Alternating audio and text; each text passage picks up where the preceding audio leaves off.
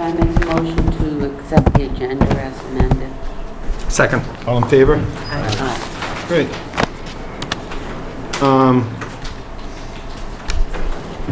So you want to roll into the IDAs, Pat? Sure. I'm not even sure how to say. Number 5, Seagull Lane. Pekanowski. How's that? How do you say your last name? This is the homeowner, Roberta Pekanowski, Hi, Roberta. and I'm the contractor, Keith Matt. Okay. We're both Polish. Smith and Jones, That's okay. That's my vocabulary. On August 5th, 2015, during the 6:15 meeting in the Town Hall, Scituate Conservation Commission will act on the request of Roberta for a determination of applicability of the Massachusetts Wetlands Protection Act and the Scituate Wetlands bylaws to remove an elevated deck with room, remove and rebuild 3-season porch and deck on property located at 5 Seagull Lane, Unit 18, Scituate. Abutters and other interested parties are invited to attend. Okay. You need to tell us what you'd like to do. We'd like to just remove the existing structure. It's worn out, built in 1986, and replace the exact same structure, only brand new, with vinyl windows and some newer products that are going to last a little bit more durable. But no change in footprint, no change. In fact, the deck above is going to be smaller. Are you using the same tilings that this deck is on, or are you putting new ones in? We'll be putting new ones in because we're not meeting code with the existing ones. Okay. Same amount, same location, just, And what New kind of one. pilings will they be? What I'm sorry. oh, there'll be a poured concrete, do you guys Like get a the plans? sonotube? A sonotube with a big foot on the bottom, by hand, By hand, yes. yeah. It's this one. Richard?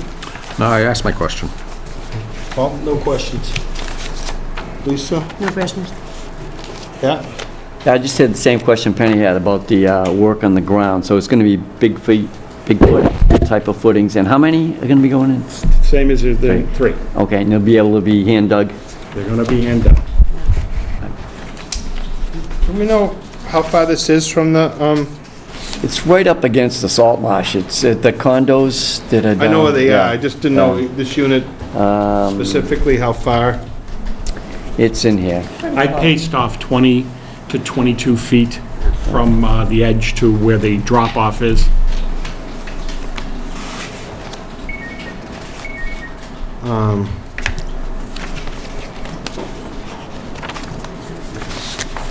No, I know. Yeah, I got it right here. Okay. It's on crushed stone. Okay.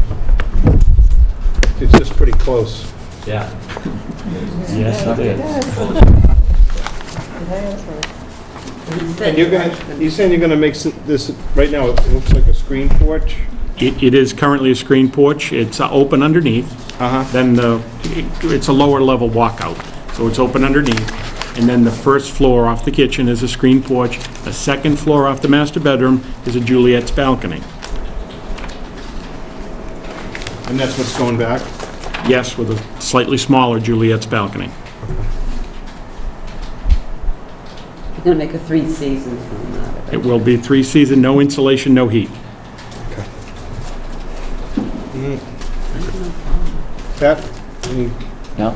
Anybody in the audience for this like to speak to it? I make a motion for -3. Second. All in favor? Aye. Great. You're good. We're good? That's what you want, a negative. Negative's good. Okay. Good. Particular. So we can go forward with our building permit? Or do we have to wait a certain amount of time? There's an appeal period of a week. So you can start talking with the building department, it just can't break ground. So, but you can go ahead with them, and we sign off on the building permit when they bring it to us, because we've already had the hearing. Okay, thank you all. Thank you.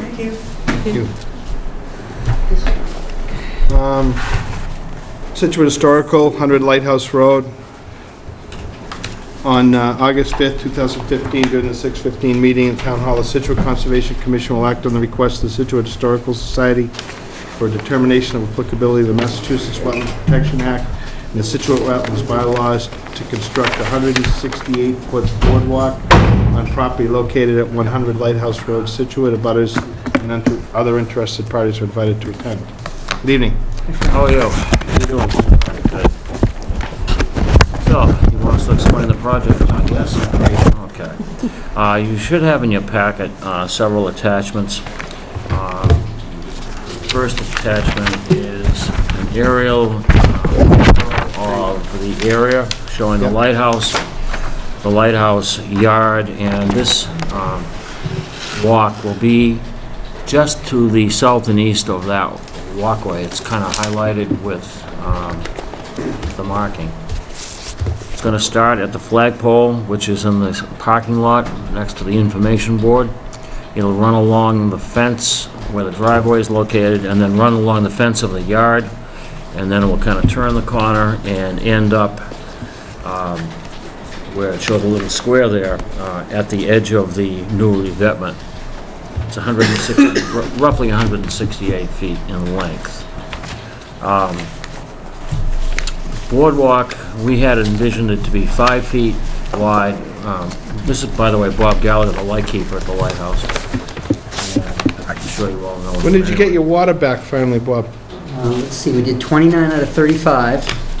I think it came on for good on April 9. We hauled some water. More than 10 gallons. It was a burden on my wife, God bless her. She did well with it. So, we had proposed a 5-foot walk. Bob met with the Commission on Disabilities, and they really want the walk to be 6 feet instead of 5 feet. So we certainly want to go along with that request. So it'll be 6 feet wide, 168 feet long. And I attached the letter that we received from them. They're asking that the spacing between the boards is no more than 1/4 inch, and that there would be a lip on either side of the walk at the very edge to keep wheelchairs from going off the edge of it. I took a picture of the similar walk that's up at Egypt Beach. It's this one right here. And that one seems to be about 4.5, 5 feet. The construction that we have in mind for the one at the lighthouse is very similar to the one that's out at Egypt Beach. The one at Egypt Beach is built into sections so it can be removed in the fall. It's attached one section or the other with the appropriate hardware. The understructure is simply 2x6 pressure treated on its flat side, and then the pressure treated decking is attached to that. The one thing that I'd like a little bit of input and a little bit of thought from the commission is whether you would prefer pressure treated for the decking or maybe use composite. Well, the first problem is we require a 3/8 space. You can fight that out with the Disabilities Commission. He's just giving me a hard time. He's full. I don't have a strong preference. The thing that you might find you have a harder time with, Dave, is that the composite material, although it's less maintenance and all that, it doesn't have a very good span. It's very weak. So you'd have to have a lot of sleepers. Right. That's what I call a sleeper, is your 2x6 on the Yeah. flat. So as much as that might look a little better, I think you might have just from a construction standpoint, it might be a little better to go with a pressure treated. Well, I thought of that as well, and frankly, there are some disadvantages. Pressure treated, it can get splintery over time, but it also has a better rustic look over time Right. as well. So I think I'd lean toward PT. I know I was eager for it because I want it to be heavy, Right. on the chance that we don't get to pick it up. If we don't get it That's- out in time, if something comes up, then I want That it was to going to be be as my heavy as it question. can. I understand this is not going to be there in the winter, but if we did have some sort of a major storm, it can be your concern that you might not be able to get it up, and my concern was that it couldn't be gotten up. Yeah, no, Either way, it won't be there in the winter. Even Michael Bowman's front yard. Yeah. when we would devise this, we very much thought April 1st to Halloween would be a reasonable time, but we've had some October storms Oh, that yeah. probably would, Yeah. would call it into question, and I thought the heavier it is, the better chance we have that it's not gonna move too far. And frankly, you know, even that storm we had last January on the 27th, I really don't think, other than the section right in front of the fence near the revetment, I don't think that the rest of it would have moved, frankly. Yeah, it would just be that stretch Yeah. here, follow the finger, up here. That would have been the only part that would have been moved. Everything else was protected so well by the seawall. Right. I mean, a lot of people Unbelievable how think little debris there was. a lot of people think there's more wave action in there than there really is. I mean, in a major storm like the Halloween storm, yeah, it would have moved, but in the storms that we've had over the last few years. No, it not wouldn't. with the new wall. Where are you gonna store And them? we're gonna In the store it, yard. we'll store it in the yard, we'll pile it up, I'm envisioning probably in piles of 6 feet high, 5 feet high, tie it together with rope. Hi, yeah. It'll be similar to the technique they use at the Cole Parkway when they're storing the floats down there. And frankly, it'd take something worse than the Blizzard 78, I think, to move that. Okay. You'll have to probably grade that a little, rake We it out a will, we'll little have to bit. have our machine go in there. It's not gonna require a lot of grading. It's fairly flat as it is, but we would have to, and it may have to be done every time we set it in place, but it would be a couple of passes by with the front end loader, and that would be it. There's not gonna be any digging in the ground, there's not gonna be any securing into the ground, it's gonna sit on the top. Okay. The I'm idea assuming of they this- have to do that now at the beaches a little bit to get those Right. right walks in. Right. They gotta smooth it out a little They bit. did at Egypt. They had to change the rock grade. Any Jim? No, I don't have any questions. I think it'd be very nice. The idea is to get the public a little bit better access up to the revetment area, get the wheelchairs up there, and they're gonna get closer. That'd be nice. No, the Genesis says, I had a woman who said she routinely came, and with the old wall, she had a lot more access, because it was 4 feet lower. And so that kind of kicked it off in my head, what can we do to bring that back? And I watch people struggle with it every day, trying to get over that rock every day. So this is going to be a godsend for a lot of folks. Paul? Lisa? Sounds like a good idea. Yeah, I was just gonna say, it's great that it's able to come up in the wintertime when you get in the storms. And then what kind of notification do you have to give DPW and building department on this? Do you have to go through them? Our idea is to try to get them to agree to take it out and put it back. Okay, If that's not gonna work, we will have to hire somebody. okay. And as far as the building material, Neil doesn't get involved in that? We'll go to Neil after we get Okay. there, okay? Okay. I- Sometimes we ask Audubon too, what they recommend in, wetlands for type of wood or along the shore, but I think pressure treated's okay. I think they'll be fine. You've gotta find something that's durable, and that Yeah. seems to be the choice of material in so many places. When we were cleaning up that marsh between 7th and 10th, I was thinking, at least the wood that washes away somewhere might deteriorate. The PVC, once it's buried in those marshes, is gonna be there a long time. Yeah, I'd be inclined to stay, and the pressure treated's gotten a lot safer. They've removed a lot of the, Near the arsenal. yeah, It's not- right, All the good stuff is gone. yeah. It doesn't work as good, I can't bury it in the soil. And now we know too that we should be recommending 6-foot wide walkways and stuff, if right. that's Well, what that's sort of the ADA 's. same as the bike paths, Yeah. all of that is, you try to hit that for the Yeah, ADA. Six. They felt, the Commission on Disabilities felt very strongly. I wasn't at the meeting, but It Bob just, was. it eliminates the need for a turnaround, Sure. which in this particular place was going to be, so that eliminated that, which I was all in favor. Sure. And the original plan called for it to be kind of double wide at the corners of the fence where so many of the wedding parties stage. Yeah, So it gives them a chance, and there's another turnaround for handicap access. great. Anybody in the audience that would like to speak to this? Is the goal to have it for next April, or you're going to try to get it in even for this year? No, it'd be next year. Makes sense. I make a motion for number 3. Second? All in favor? Aye. Great. All right, thank Good you luck very with much. that. Thank you very much. Thanks very much. We'll see you down. Okay.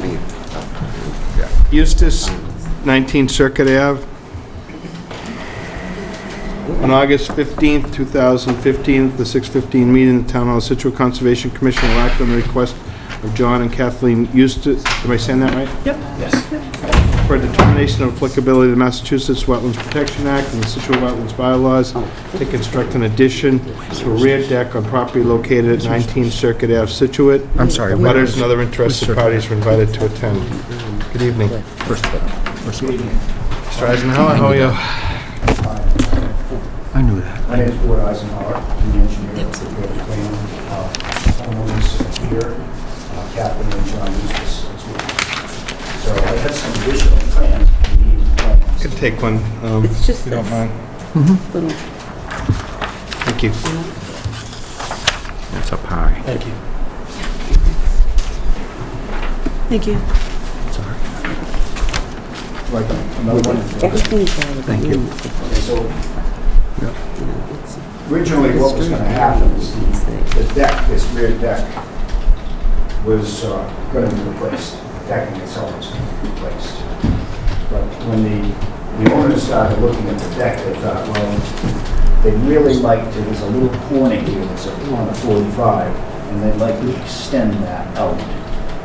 And it ends up being about 8 feet on the side. It's just a little triangle shape with legs of about 8 feet on the side, and there's going to be proposed one concrete pier, just to be an 8-inch hand-dug sonotube put in at that thing. And it's essentially, I provided these pictures here to show you the area. The area is very fully developed, totally stabilized, thick grass, planting bed, shrubbery, Pretty house. seawall over here. And if you look at this, this is, I put a stake in right there, if you can see that. That's what the corner of the deck is going to be, that one sonotube. So we're proposing to dig that one sonotube footing in just by hand. And wheelbarrow it, won't be any machinery involved. And of course, the rest of the decking is going to be replaced as well. So there's essentially really no impact, and it is in the buffer zone. We have a seawall here, and the coastal bank is right along that seawall. Also, the FEMA line is on that seawall. And it's 25 feet off of that, but the minimal amount of work that we're proposing, we feel will have zero impact on the coastal bank. So that's essentially what we're proposing. does the replacement of the whole deck have to be in, should that be in this RDA? So that's the plan, is to replace the boards on the Replace deck the whole and thing? leave the other sonot, what is it on, sonotubes, the whole deck is The whole on? deck is on, yeah. On So sonotubes. we're going to replace the decking. The actual decking itself right now, it's an older composite decking, and it's a tongue groove decking, so it doesn't have that spacing between. We also had a hot tub, when we purchased the house, there was a hot tub on the deck that we took out. So right now, there's a big void. So, and the deck is older, so this is the opportunity to, Yeah. if we're gonna do the deck, this is the time to, if we want to enlarge it. But he didn't answer your question. Yeah, my question is, should this be part of the filing? Right, the wording, yeah, the wording probably should have included replacing Would we- the deck. Well, but a lot of times, if you go see Neil and you're not touching the ground, Right.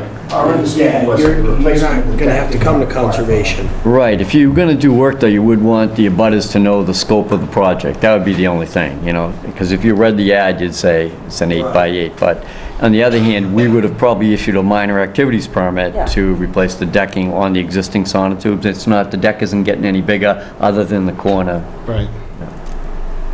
So we're all set, it's okay, Yeah. the way it's, I think so. Yeah, well, I just want to be sure, I don't want them Right, to the run only into place a they're touching the problem. ground is the Yeah. piling that they're talking Right. about. It's just one spot.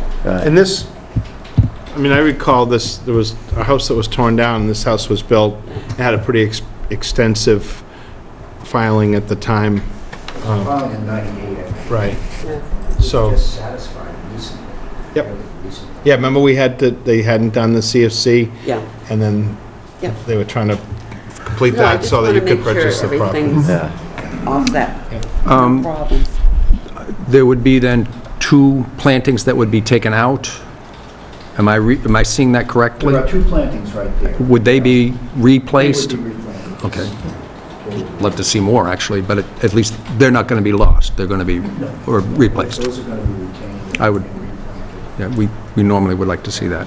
Yeah, as I mentioned, the new decking has got, well, it's only an eighth of an inch.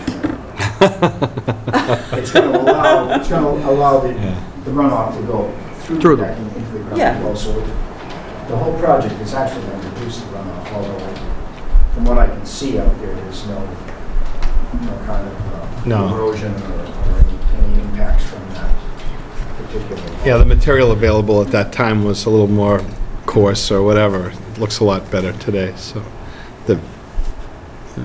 Paul? Looks good to me. Lisa? I just had a question. What is it? Is it out of the current flood zone? Is it? It is. It's in the X? It is, Okay. yes. It's, there's a velocity zone there, but it goes to, I think, elevation 19 on, which is actually somewhere within the seawall. Mhm. So, yeah, it's definitely above the FEMA line. Anybody in the audience? I make a motion for -3. Second? All in favor? Aye. Great. Good luck, thank you.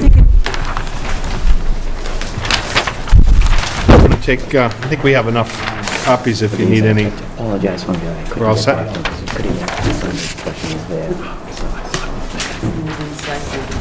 This recycle here. Here's the recycle one. The wetlands hearing at 6:35, you're going to keep going. Do they have one down there? We must be just come in for the driveway. Do you guys have the recycle bin down there? Yeah. Okay. Yes. Do we just want to finish these RDAs, do you think? Well, It's up to you, yeah. What do we have, a couple I more? think so. Because the first, Yeah, Yeah, we're fine with that. yeah. a couple of them are going to lead to a site visit before we can vote anyway, so, For the RDAs? yeah. Irwin, 112 Hollitt Street, septic. Good evening. For the record, my name is Gregory Morse. I'm a registered engineer from Morse Engineering. This is a septic system repair project located at 112 Hollitt Street. The plan is up on the board here. You'll see that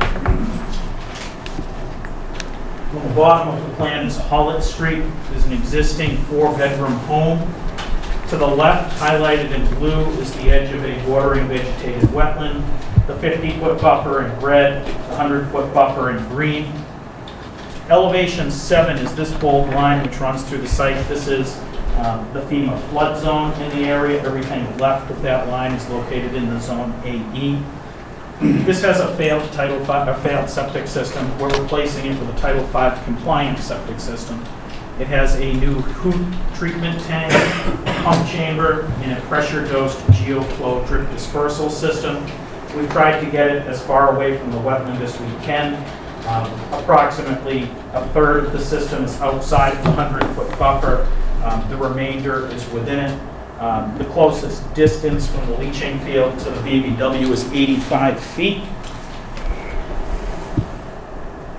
This area here right now exists as a lawn area. It would go back as lawn area.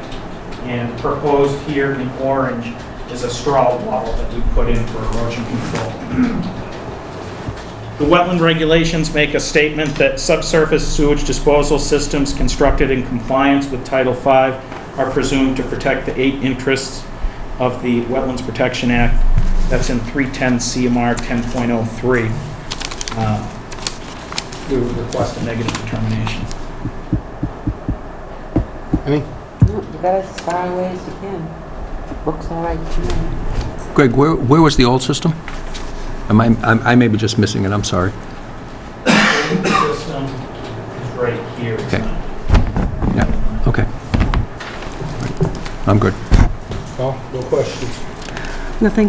Huh? Yeah, it's a great improvement to the site. I just had a question for Greg. How do you decide on a hoot system for this type of a site? What would, So how, So a hoot is one of the many different types of innovative alternative systems that they have. Basically what it is, it replaces a septic tank with a miniature wastewater treatment tank. So it's a little miniature wastewater treatment system. Hoot is readily available. The service provider is out of Taunton, so it's easy to get service on them. There are a number of different brands, though. You've probably heard of Fast, Jet, Septitech. Those are some of the other competitors, but Who's the last guy to take them to lunch? So would Board of Health in this location recommend one of those? Is that what leads to it? the benefits of any of those IA systems that I just mentioned, any of them, they allow you to take one of 2 credits for Title V. You can either reduce the groundwater separation requirement or the size of the leaching field. So in a case like this where we had high groundwater, it allowed us to put in less of a mound. And the only other question is a straw wattle going to take care of the erosion control? The slope in the back isn't bad in that back corner? It's a relatively flat backyard, and it's heavily vegetated with lawn. It's a nice turf grass, so minimal erosion, I think. Do we have a preference? I mean, I'd rather see that versus, say, just the erosion barrier. You know, for a long time we asked for hay bales, but I mean, they're all broken. Right. They don't work. The silt sock would be good for the heavier duty flow, but this one, a straw wattle, they're pretty minimal. Those are tough when you have a small area because they got to bring in a machine to fill them, and just not that practical. Yeah. Yeah, I think we should case by case look at it, the slope, the amount of excavation, we can look at it, but for this is probably fine. Anybody in the audience for this? Make a motion for a negative vote. Second. All in favor? Aye. Greg, Thank you. have you gotten approval from Board of Health yet? No, we're waiting on it. All right, so We expect pending. it. Yeah, pending Board of Yeah. Health. That's the same with all of them. Okay.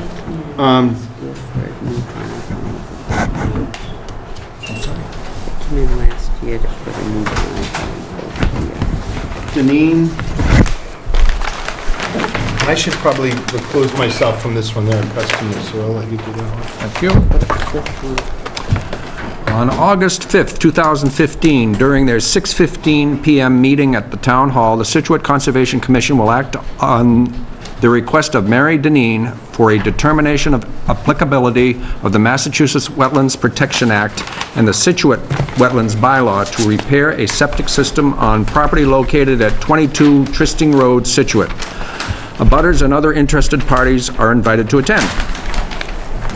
Again, for the record, Gregory Morse. This is a septic system repair project, 22 Tristing Road. Tristing Road is located on the bottom of the plan here.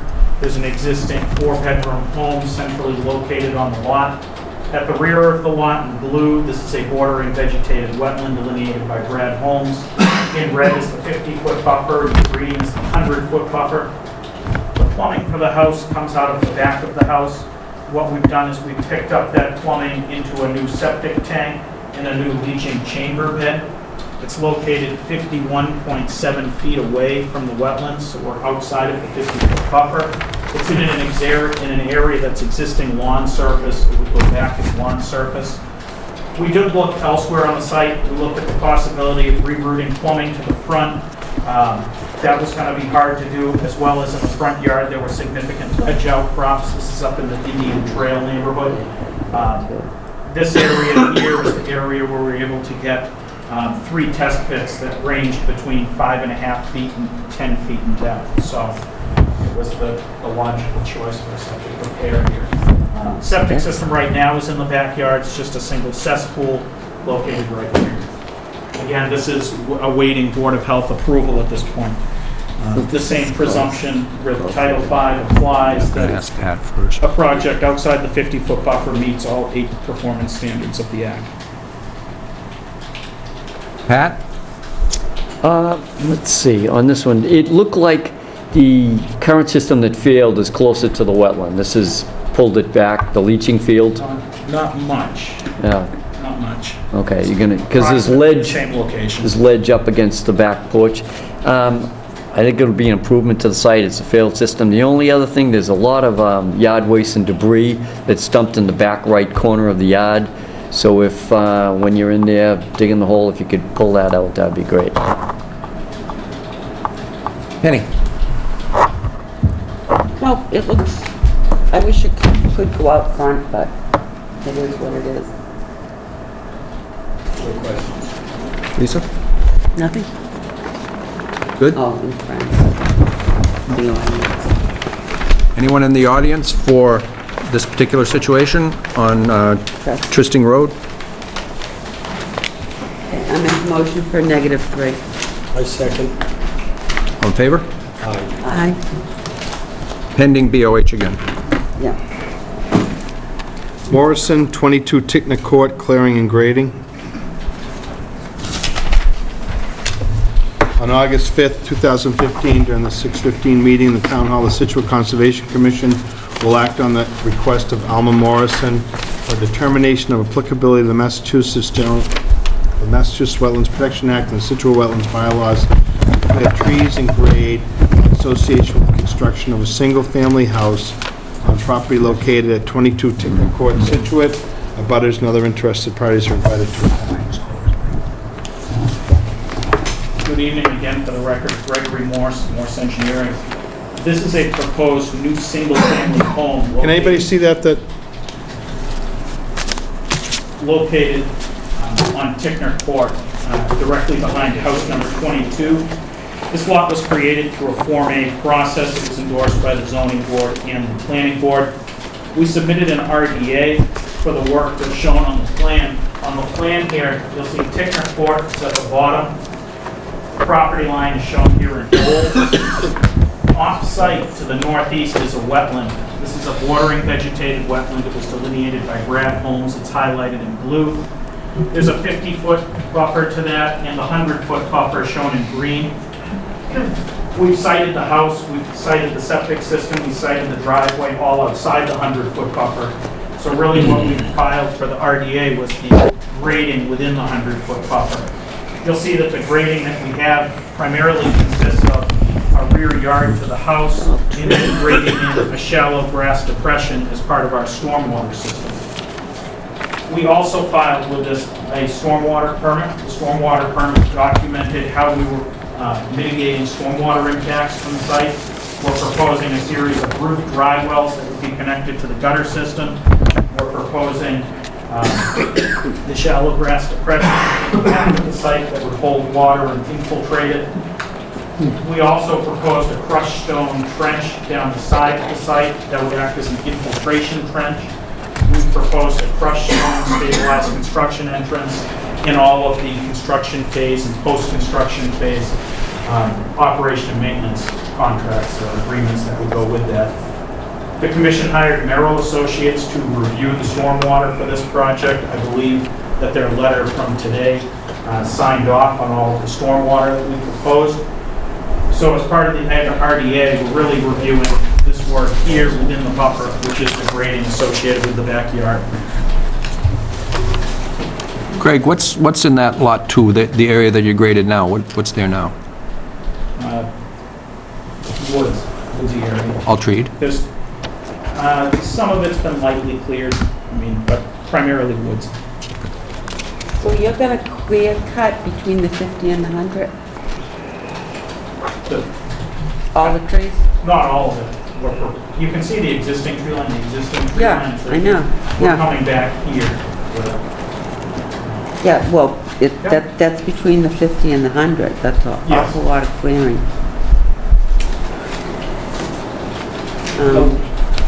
You been out there?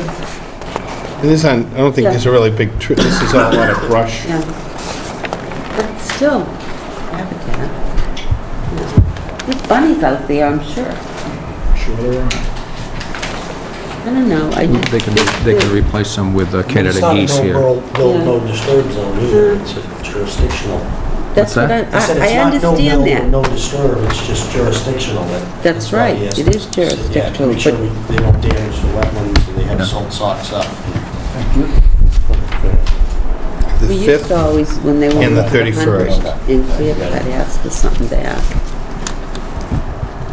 I'll think about what you'd like to... Yeah. Richard, do you have... No, it's the same question we both were getting at, is what's being taken away and where might we put something back? Yeah. I don't have an actual problem with the system itself. No, No. it's just, that's an awful lot. Definitely. Well, Well, just what they're asking about, do you have any kind of planting plan to go up around the septic or anything, or? No, I mean, everything within the limit of clearing, aside from just some plantings along the house, would just be lawn surface, it's grass surface. In, what's this here? It's going to be a pond or a... That's gonna be, This, yeah, this is it's approximately a foot deep, it's a grass depression for stormwater, so that the backyard will run into that depression, and that will fill up a foot deep before it overtops and goes to the wetland. It'll provide an area for any sediment to filter out or for some infiltration. I think when we approved the lot over at Hood Road, it was the old, one of the archdiocese right, properties, yes. we requested that they plant that depression out with like blueberries, And it looks that sort of thing. pretty nice. I've been over there, and they did do what we asked them over there. It's amazing. Yeah, well, it is amazing sometimes. Near the church? Yeah, Across from across St. the street Francis, from the that- church. That lot, and they were fairly similar lot, and they had to create a depression to hold that water, and so we requested that they revegetate that with maybe, you know, blueberry bush, that type of things that would be good habitat, good for birds. Right down where the street is. Yes. Yeah. Yeah. Right. So if we ask for that as part of the RDA, to get a plan for that. You guys all set? Lisa, did you want to comment? Yeah, I think the big concern with this was with the trees coming down, it triggered the stormwater bylaw. So what the town does is we have the applicants pay into a guaranteed deposit account with the town and with conservation, and then we hire a review engineer to look at the calculations that Morse Engineering provided. So our review engineer looked at it and recommended some revisions, and then Morse responded back in the letter. So the person that we hired was satisfied that the stormwater leaving the site will be the same as what is currently leaving the site. The other thing we do is we check the wetlands in the back. It's a steep drop off in the back corner in the wetland. There are no wetlands on this parcel, but there are some just off site in the back, and this is flagged correctly.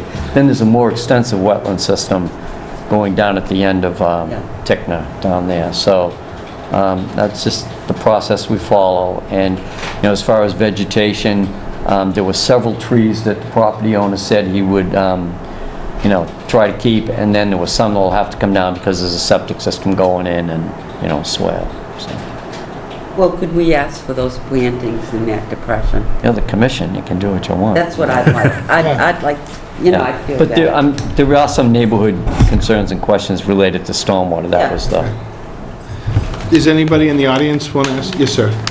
And just state your name and address. Richard Steller, I live at 28 Porter Road. My wife Susan. If I could come up here. Sure.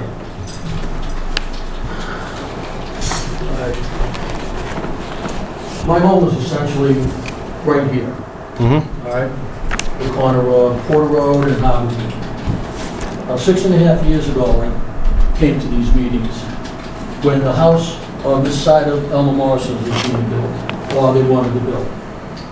I expressed my concerns then about water, not just storm water, but underground water. And I was assured that there would never be a problem, that they had it all taken care of. So now, here we go again with this promise about stormwater and all that stuff. But when they built that house and changed the course of underground water, my side yard, my backyard became a swamp. And my neighbor, Kevin Norton, who lives right beside me, his backyard and his driveway became a swamp. So, I don't, you know, stormwater, it can be a foot, but it's the underground water that runs all the way from up the top of Techniport and comes down underground. You change it again, you're gonna divert it, and it's gonna come right down in my yard, in Kevin Knox's yard. It's happened, and I know it'll happen again. Mr. Morse, you want to speak to? I mean, you haven't addressed underground water. Well, let him, Okay. All right. please, thank you. So coming off of the back of Claymore Terrace, which is, Tickner comes out this way to Beaver Dam, Claymore Terrace is up here.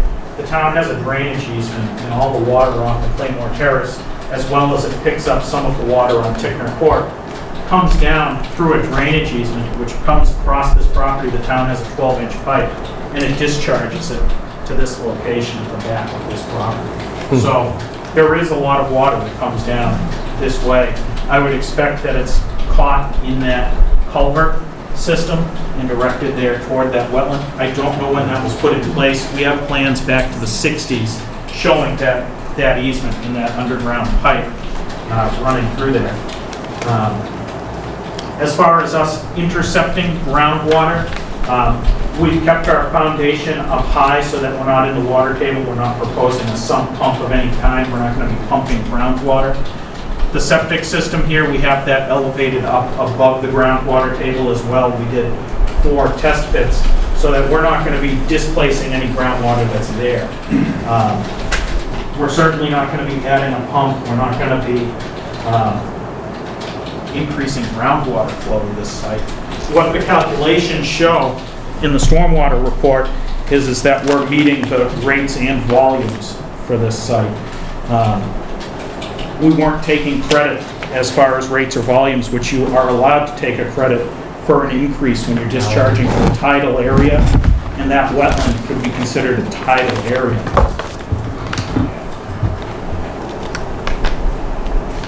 Kenny? All right, just one more point. Sure. Yes, there is a drainage easement there, and that did not handle any of that water. And the highway department came in, and they extended that easement another 55 or 75 feet, but all it is just like a trench with gravel in it. So, I mean, that easement that you're talking about, it did nothing. It did nothing to stop the underground water. If anything, it became worse. So, you know, he can have all his calculations and everything, but I live there and I know what's going to happen. So that easement has a, did you say it's a 12-inch RCP? Yes, correct.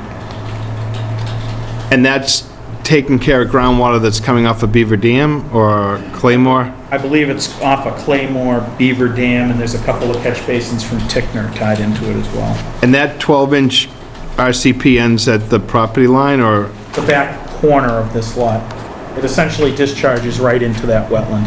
Okay. And then you're saying that the DPW went and trenched through the wetland to extend? No. They came in, they came through someone's property with permission, and they dug a trench like another 55 feet. They never touched the wetlands. All they did was drop some gravel in there, and then they left. Now, there are 2 different drainage areas then? There's one just over the wall, over the property line wall, between the 2 walls? Right. And that's the one with just crushed stone and no pipe, or is there a pipe? There's no pipe. No pipe. I believe there's a pipe. I believe there's a pipe. The first one has pipe, yeah. The old pipe used to end right here, and that's Right. 12-inch RCP. The town came in and extended it with 12-inch ADS from here to here. Okay. That's the one that cuts diagonally through the parcel, but there's another one beyond the stone wall, off the property line, we were told about that this week, so. And that's a trench though, that's not Right. pipe, so. It's, I believe there's also a pipe. Janet D'Angelo, I live in the property behind where this other trench exists, and as I understood it, was tying into this drainage easement. It's a second drainage easement, and I guess my concern would be What was your address? 2 Harborview Road. Yep. I live right here. Okay. So there was a need for second drainage right through here, and it extends down here. So I'm concerned, I noticed that there was a flagging of the drainage easement, but I could not tell where from the maps I was given prior and this, where the wetlands are is, Well, yeah, let Mr. Morse, there is a flag that shows where the drainage easement, the old drainage easement, and then there was a second one because this drainage easement wasn't handling the water, and then there's all water in here. So I'm concerned as to where that one drainage easement ends and, you know, all of this water, how it's, and whether or not this will be able to handle water coming in through there. well, you were pointing to the back of your property, and you're saying that... I'm pointing, the drainage pipe is right in here. Is there an easement there, Craig? What there is there's a drainage easement that cuts across lot 2, right here. Okay. On the other side of the stone wall, on the other side of the property line, on the back side of Porter Road, this is where Mrs. D'Angelo lives, there is a 12-inch ADS pipe that exists on the other side of that wall. We shot an invert here. We shot a piece of the pipe here. I don't know if that extends up or not. It's off locus, but it appears to be the second pipe that people are talking about. And it's actually on the back side of Harbor View Road. Yeah. But is it a private pipe, or is it I can't see that it's contained in any sort of easement. This is a copy of the assessor's map. I didn't look into it as it's off locus, but Tickner Court's here. Here's the easement that cuts across our lot. The pipe that they're talking about is right here across these lots. I see. And what's this other one, Greg? Does that continue down to... This Yeah. drains this way, this easement drains this way to this property. This is the Lloyd Marshall property, which drains under Jericho. So this is actually running like, these are both going like this? Correct. They're running down this way into this salt marsh. Okay.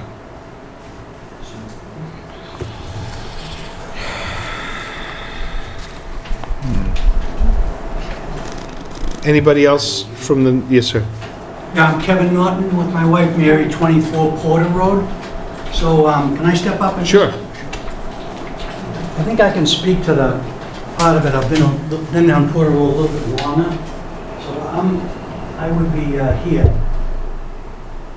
And back in the 80s, I was, telling the town that I was getting a water problem, from upland down into my yard. And I believe during that time they came out and did that first trench ditch that they're talking about. And it helped. It definitely helped because my basement prior to that had flooded a couple of times. So it definitely helped. I think they came back and did a second drainage ditch after the Stellas were experiencing problems with their yard. Now, that being said, I've been away for a month, so I missed the first hearing with zoning. I just got back last night. Just before I left on July 1st, at the end of my driveway, that's a cobble, has a cobble trim on it, it's pea stone. So I had to replace about 40 square feet of that with sod. I didn't want to go away and leave because the water is washing all of the pea stone into the yard and it's killing the grass, so I got sod and replaced it. So when I got back yesterday, I noticed that just for that little bit of rainwater that we did have during the month of July, it had again, washed the pea stone down and out onto the new sod. So that, there's no question that there's a water problem, no question. Now today, I decided to walk through the woods and up to see where this drainage trench was. So I walked across the drainage trench and up to Tickner Court because I wasn't really familiar with what was going on. So number 22 Tickner Court, which is the house in question, it was a for sale sign. So I called up the realtor and informed me that the house just sold. I said, okay. So I then proceeded to come up to Town Hall to look at these plans for the first time. So,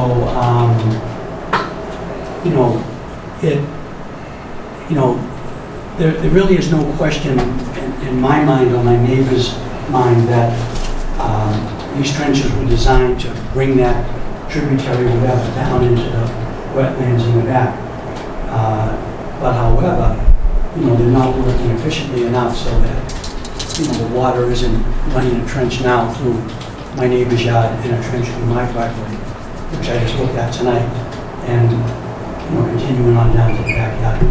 So, my concerns are that, that water problem and what's going to happen with the future development in that area of Backwoods. What did you get for soil? Thank you. Craig, what were the soils? Soils were sandy loams and loamy sands. Perk rates 43 minutes an inch, 45 minutes an inch, 11 minutes an inch, 22. There were a couple that were abandoned. Now, when you look at the topography of this site, water flows over the ground perpendicular to contours. It doesn't run parallel to contours. It doesn't run across the land. It runs downhill.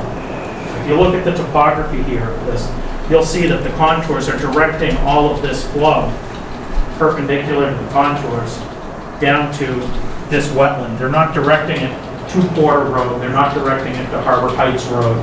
It's running downhill to down gradient location that all of the water associated with this house flows to is the wetland here on the Marshall property. It sounds like there are water problems out there on Harbor Heights Road. There probably were put these trenches in. There were tributary areas to those trenches. This site, I don't think, is a tributary area to those drainage systems, though. If you look at the topography that's out there right now, this is tributary to that down gradient wetland that's behind their houses, not the trenches up gradient of their houses. Did you have a chance to look at the response from Merrill? The one from today, I did. Okay. Pat, did you? Yeah, we've been speaking with Jeff Hassett about that, and then Jeff and Josh from Merrill had a conversation.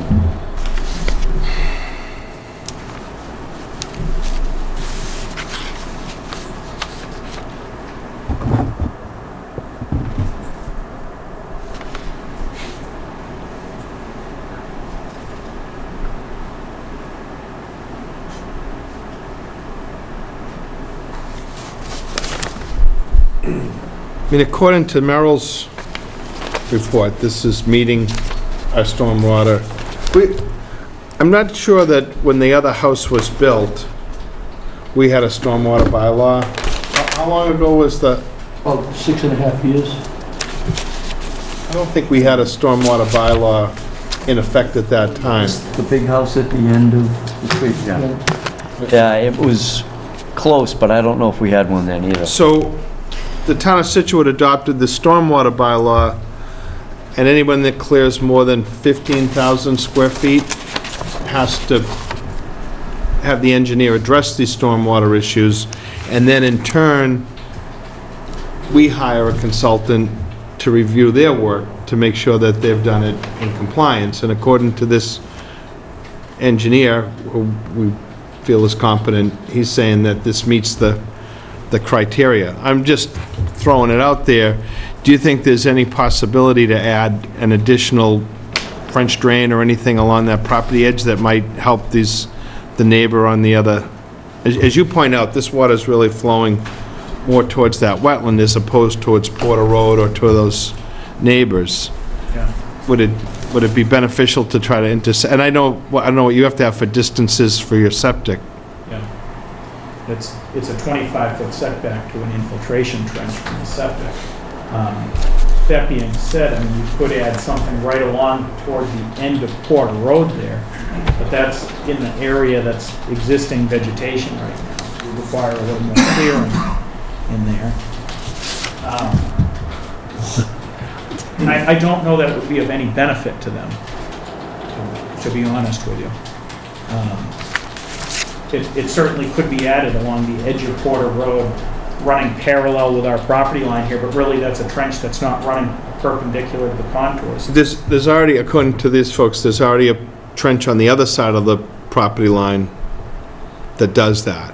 Yes. Am I right? It's not real visible, though. It almost looks like a flat area between the two walls. I don't know if at one point it was more trenched than it is now, or... I don't look at it for years.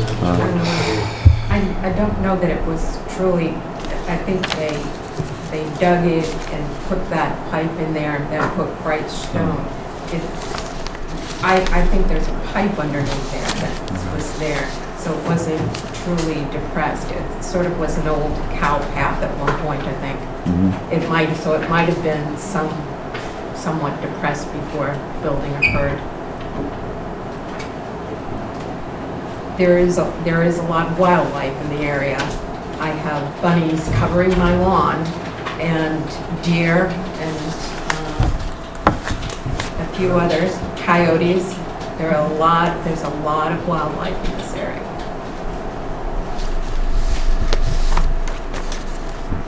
I don't know. Well, I mean, in terms of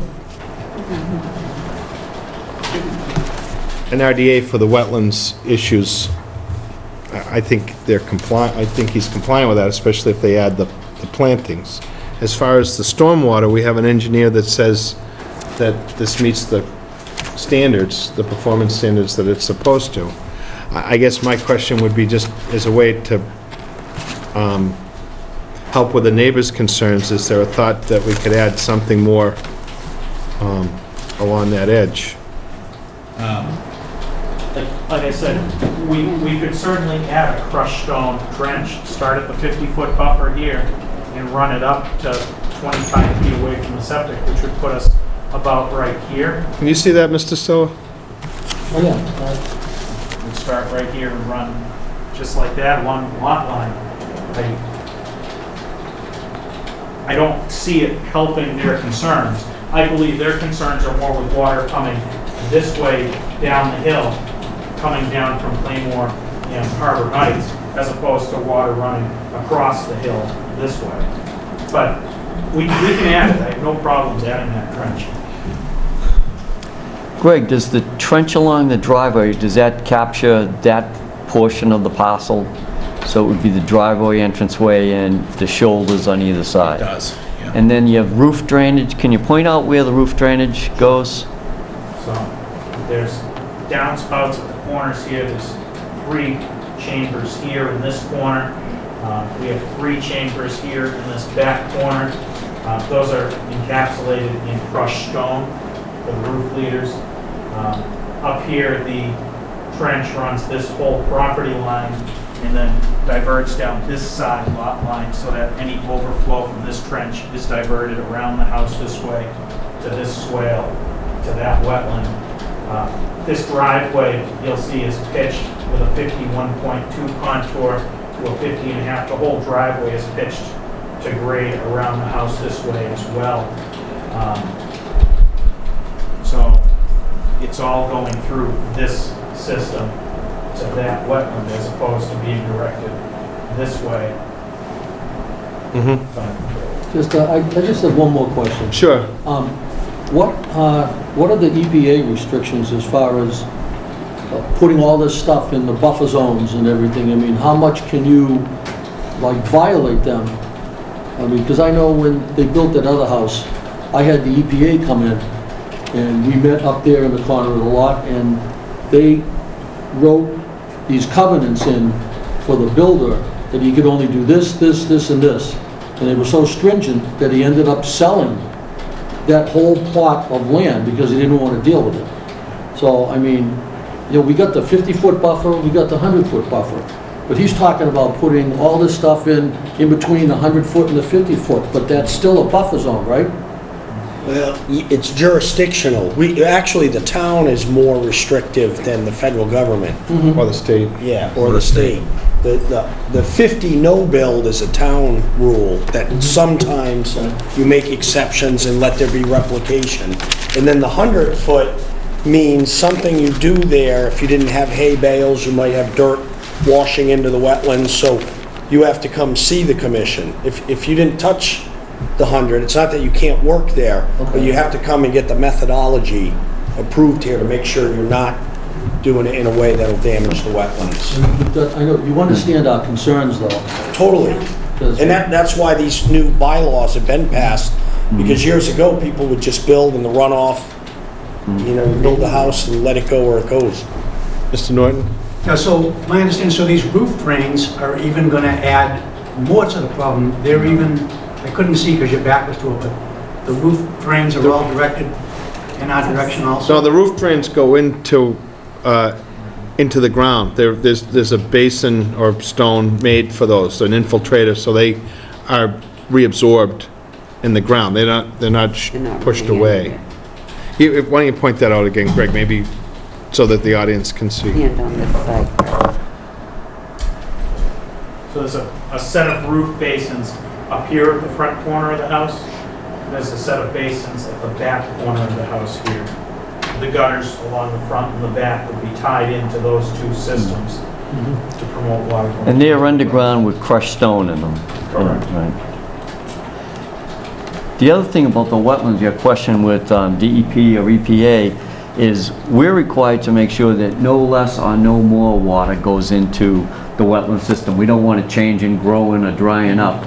In the old days, it would just direct the water out of people's yards and get it to the wetlands, and you know, just so it doesn't flood. Now we're trying to make sure that this parcel keeps whatever water that is being infiltrated now, currently, to take place in the future too, because we don't want to mess with the wetland either way, too much or too little. So to your point, when that whole area is vegetated, it absorbs more of the water. When they remove that vegetation, they build hard surfaces or lawn, theoretically that water could run off the property quicker.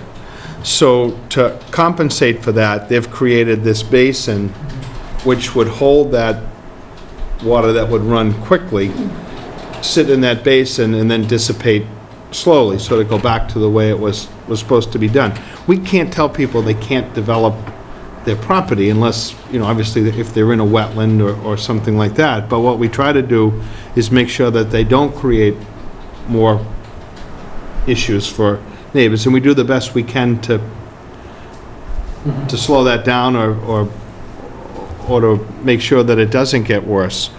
And we have an engineer's report saying that what is here works.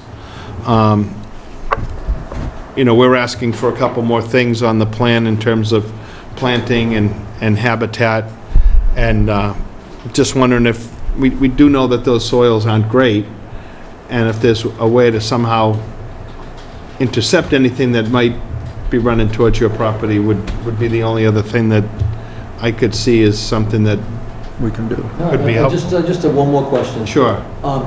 You said the foundation is going to be a high foundation.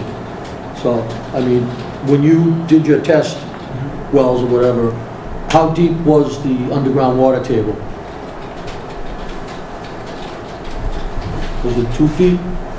3 feet? It varies. Seasonal high groundwater, 29 inches, 36 inches, 26 inches, so 2.5 feet. Okay, so how many feet in the ground is the foundation going to be? At the back here, this is a walkout foundation. Right here, we're going down 6 inches to finished grade at that location, and it's a walkout basement. Top of foundation is at elevation 52.5. Existing grade is at elevation 45. So we're taking the loam off, putting on a slab, and going up from there. We're not digging down.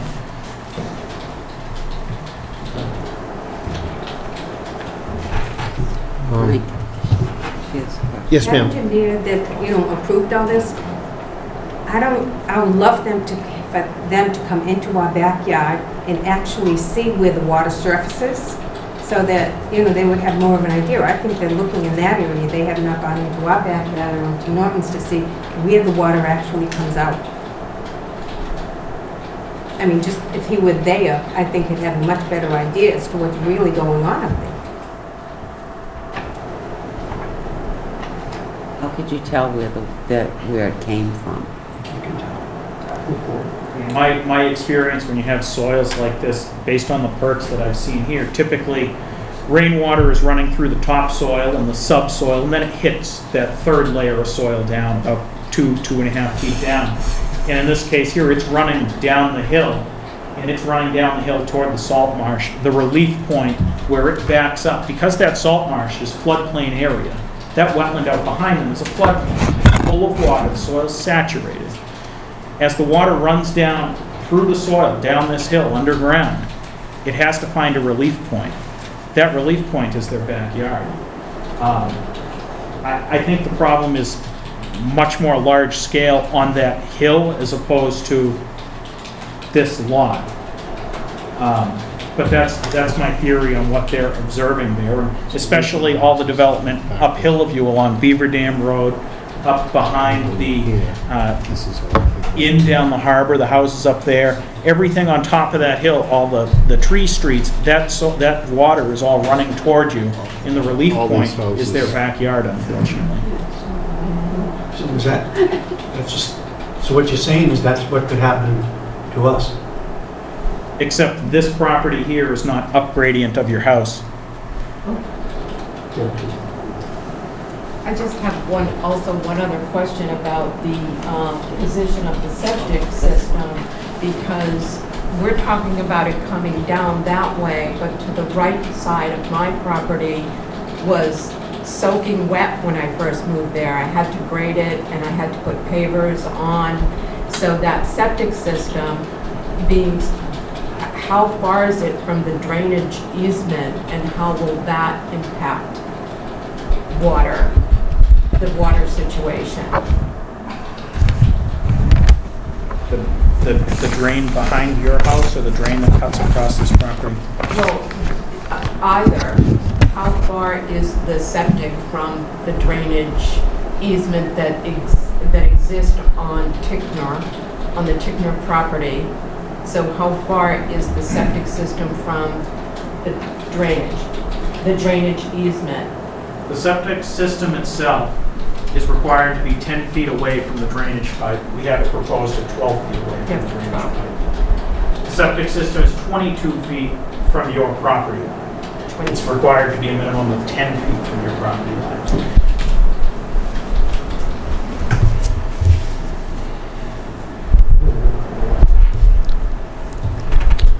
Do you want to add anything to this?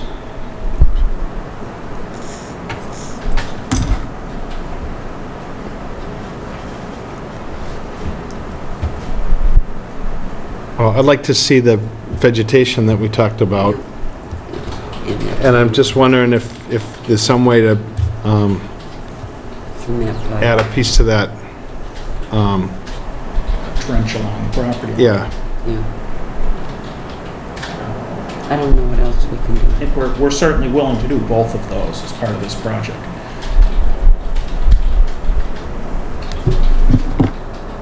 How do we want to incorporate that?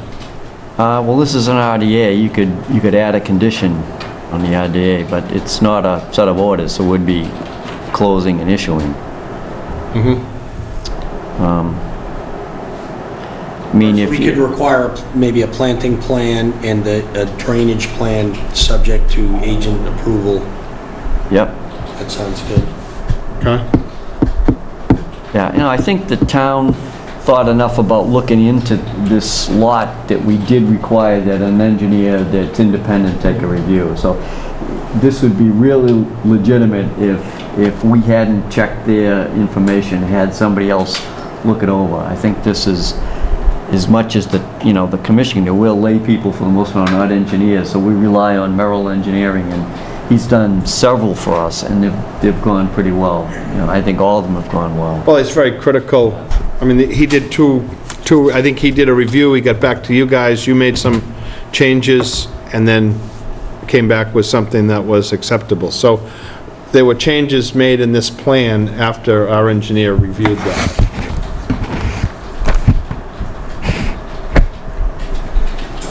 So I'll make a motion Sure. for a -3 with the 2 conditions of a planting plan coming in and a trenching along the back. Do you have any dimensions on the trench that you would recommend? Or, I mean, you're limited by the septic system and by the buffer, and stone wall is there too. along the eastern lot line, starting at the 50-foot buffer and extending in a southerly direction. Where do you think you should terminate that, Greg? It'll start right here at the 50, and it's gonna run, I'll have to hold it 25 feet, excuse me, from the edge of the septic. So it's gonna terminate right about here. It's gonna run that lane. Okay. It'll be about 60 feet, 65 feet in length. From the 50-foot buffer to as close as practical to the septic. System. And if this were over ground flow, something like a berm or something would be more appropriate, but for underground flow, a trench with stone would capture. If the concern is underground flow, you'd want to do like a crushed stone trench that you're actually going to get down 2.5 to 3 feet to intercept groundwater versus overland flow with a swale. Yes, ma'am. Could you just show, your back was to us, Mr. Moore, so could you just show us again what you were proposing? Because we couldn't see that. Sure. So I'd be proposing a crushed stone trench that would start right here at the 50-foot buffer zone and extend up this way to approximately this location. So it would be right there along that lot line. So they're going to try to intercept any water that would run in that direction, for as far as they can run that.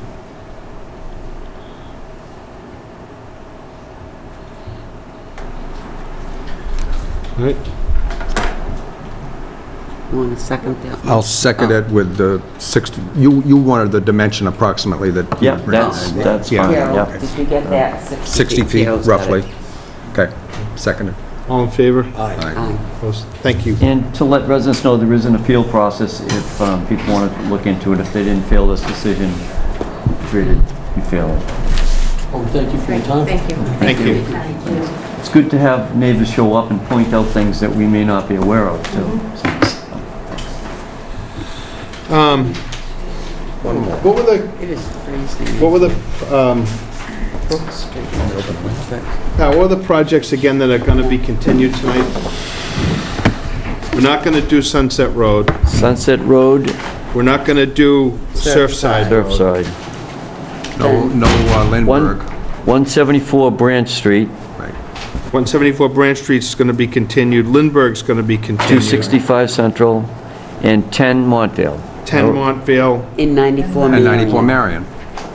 And 94 Marion, that's right. So they're all continued. Do you want me to do those right now? We need to do some formal continuances. What about, it says Town of Scituate, Holly Crest? It says, That's on, So we have one more RDA for Thomas, Yeah. okay, right? yep. So can we finish that up and then, then we can go to McLean, right? Yeah. So Thomas, 47 Brook Street, extend and widen driveway. Okay, I met with them today. They're not going to be here chat. We were out there on a site visit a while back. So should I read that? Are we going to? Sure, yeah. On August 5th, 2015, during the 6:15 meeting at Town Hall, the Scituate Conservation Commission will act on the request of Saban Thomas for a determination of applicability of the Massachusetts Wetlands Protection Act and the Scituate Wetlands bylaws to extend and widen pavement to create an L-shaped driveway on property located at 47 Brook Street, Scituate. Abutters and other interested parties are invited to attend. Okay, this one, I thought it'd be a good idea for commission members to go out and take a look at it too. I talked to them, I said, you know, it's a tricky one in that the house was built before the Rivers Protection Act. There's riverfront in the backyard. They want a pavement area that's currently crushed stone gravel, but it's between that and the river is a big shed and the house. So it's, you know, technically it's within the riverfront area, but it may be that it would be little impact. But we may want to look at it and recommend some kind of mitigation. So there's also a couple areas that need to be cleaned up, but it's a steep slope driveway coming off of Brook. and it comes down and it stops, the paved area stops, and then it's gravel on the flat area to the garage. We were out You there, and I were. yeah. So we you were out want to there. continue this and look at it? Take a walk, yeah, we could all take a walk. I told the homeowner, you know, it's a hard one to describe, and we could take a look, and then we can. When are we going? What did they want to do? They want to widen that driveway? Not widen it, just take the crushed stone area and pave some of it. So maybe there could be a trade-off of pervious or something. Yeah, there's got to be something there. Right. so Is there I- anybody here tonight in the audience for 47 Brook Street? We make a motion to continue that to the next meeting. That's an RDA, right? Yep. I make a motion to continue 47 Brook Street, as an RDA, to the next August 19th. Maybe we could just. A second? Second. All in favor? Okay. Okay. You'll set something up to... Yeah. Great, thank you. We have a NOAA end of Sunset Road improvements to parking area. We got a request for a continuation. Do I have a motion? Yeah, I make a motion to continue into sunset till 6:30 on August 19th. Second. All in favor? I make a motion to continue Surfside Road, all those names, then 47, 49, 51, 53, 55 Surfside Road. to 6:35 on August 19th. Second? Second. All in favor? Aye. Okay. Keep going. Do you want me to keep doing them? Because it's... Yeah, we could after. do that. Yep. I make a motion to... So we're going to just jump over McLean for 1 second. Who's ever going to present that's welcome to come up. We're just going to continue some others. So just hop. If you're McLean? Yes. Yeah, just sit here for a second. We're just going to continue a bunch of these while we... I make a motion to continue Sure. Sutton 174 Branch Street to 6:40 on August 19th. Second. All in favor? I make a motion to continue Lindbergh 265 Central to 6:45 on August 19th. No, I think they want September. They want September. September 2nd. I make a motion to continue Lindbergh 265 Central Ave to 6:30 on 9/2, is it? 2. You sure you can do that? 9/2. Why not? See what she's doing. Yeah, there's nothing Okay. here. Second. All in favor? Aye. Aye. I make a motion to continue Bradley 10 Montfield. I'll make them 6:45 on... Have we gotten August anything back from them, 19th. Pat? We got some initial, we had conversations with Greg on some initial stuff there, but I think there's more, because they wanted to talk to the town about street drainage. And they're not doing any more work out there, right? No, it's all on hold. And, yeah, we need to talk to DPW just to confirm the rights within the private way. And then we had Brad Holmes putting together a planting plan for the affected area. Okay. So that would be the 19th, Penny? Yeah, I would at say. 6:45. Second. All in favor? Aye. One more. Motion to continue with Beorgia, 94 Marion Road. How long? They're September 21st. No, I think He said Carol... October. I think Carol said October. I'm sorry. Yeah. I have them down for October. Is it the 21st, Penny, or is it? Yeah, that- that's what, October 21st? it's 6:30, yeah. Yeah, the hope is that the flood maps will be finalized by then, and then he would know whether he's in or out of the flood zone, so it made sense to... Except they may all be changed again because they won Second the... appeal. They won the appeal. Yeah, well, We'll see. who knows what's Just gonna put happen? 'em We in. may be continuing this again. Yes. but- Yeah. Okay. But at least, Date again? October 10/21. 21st, Wednesday night.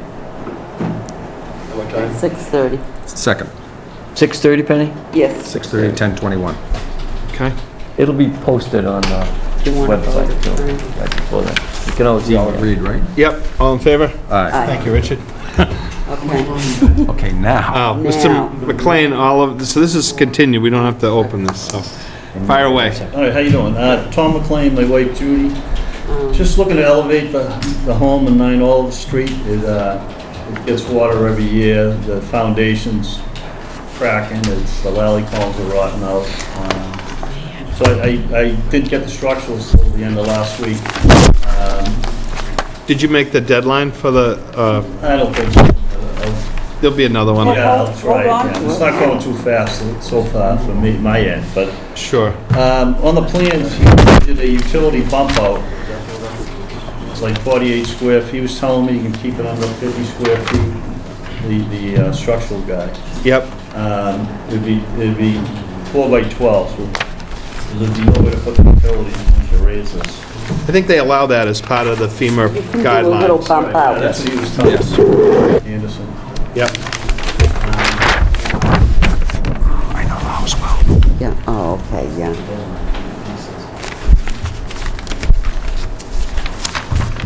Did we have a plot plan? You do have one. Yep. There you go.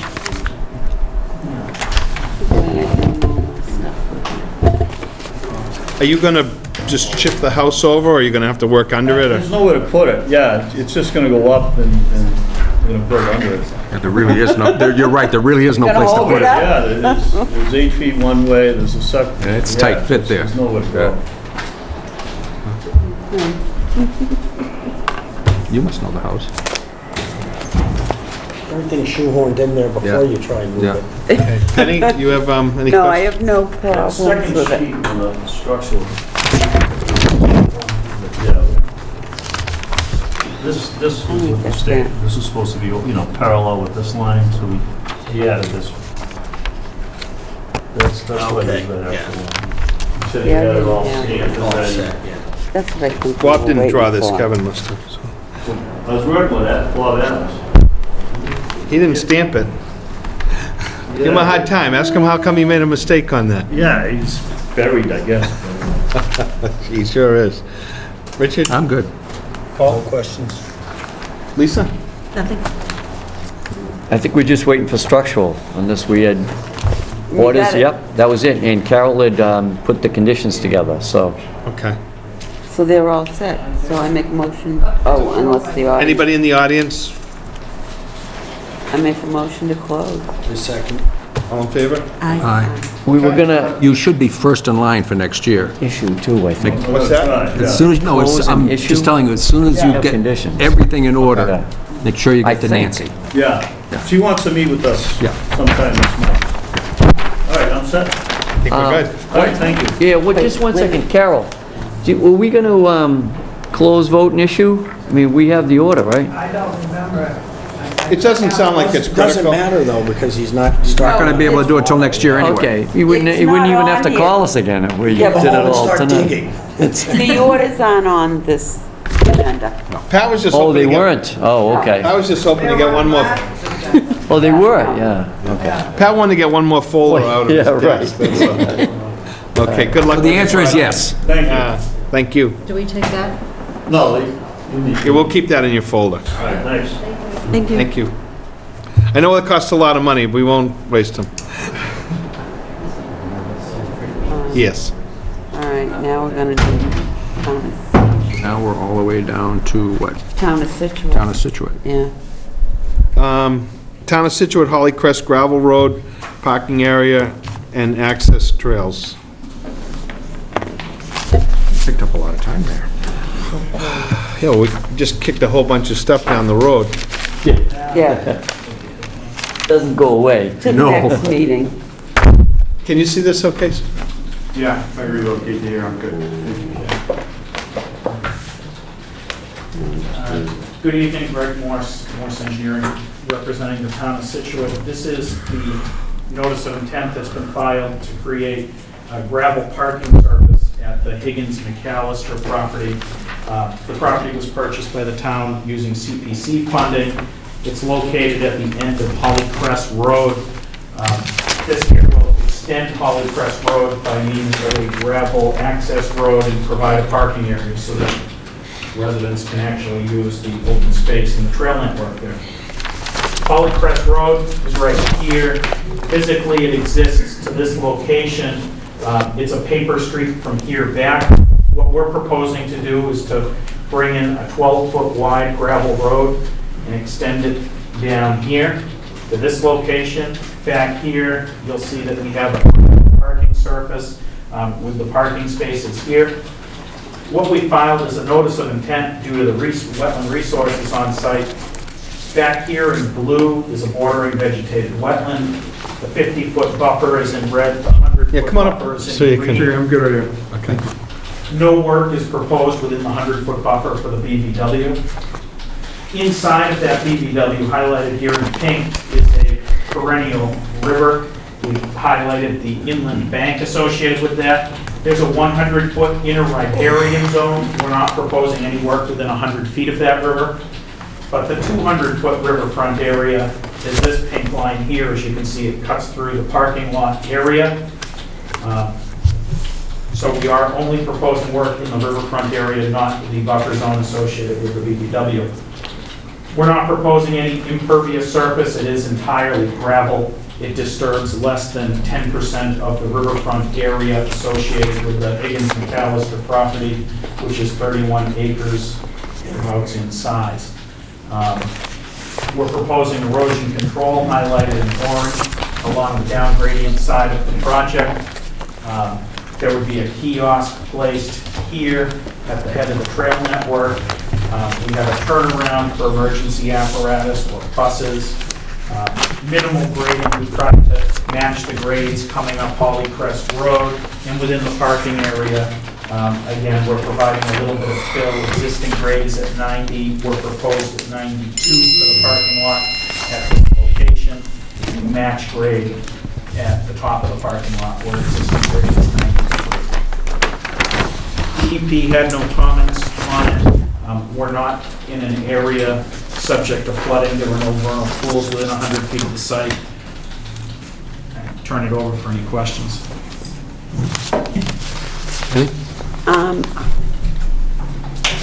Yeah, we walked, well, I know Frank and I walked out there and we're looking where the parking lot might be.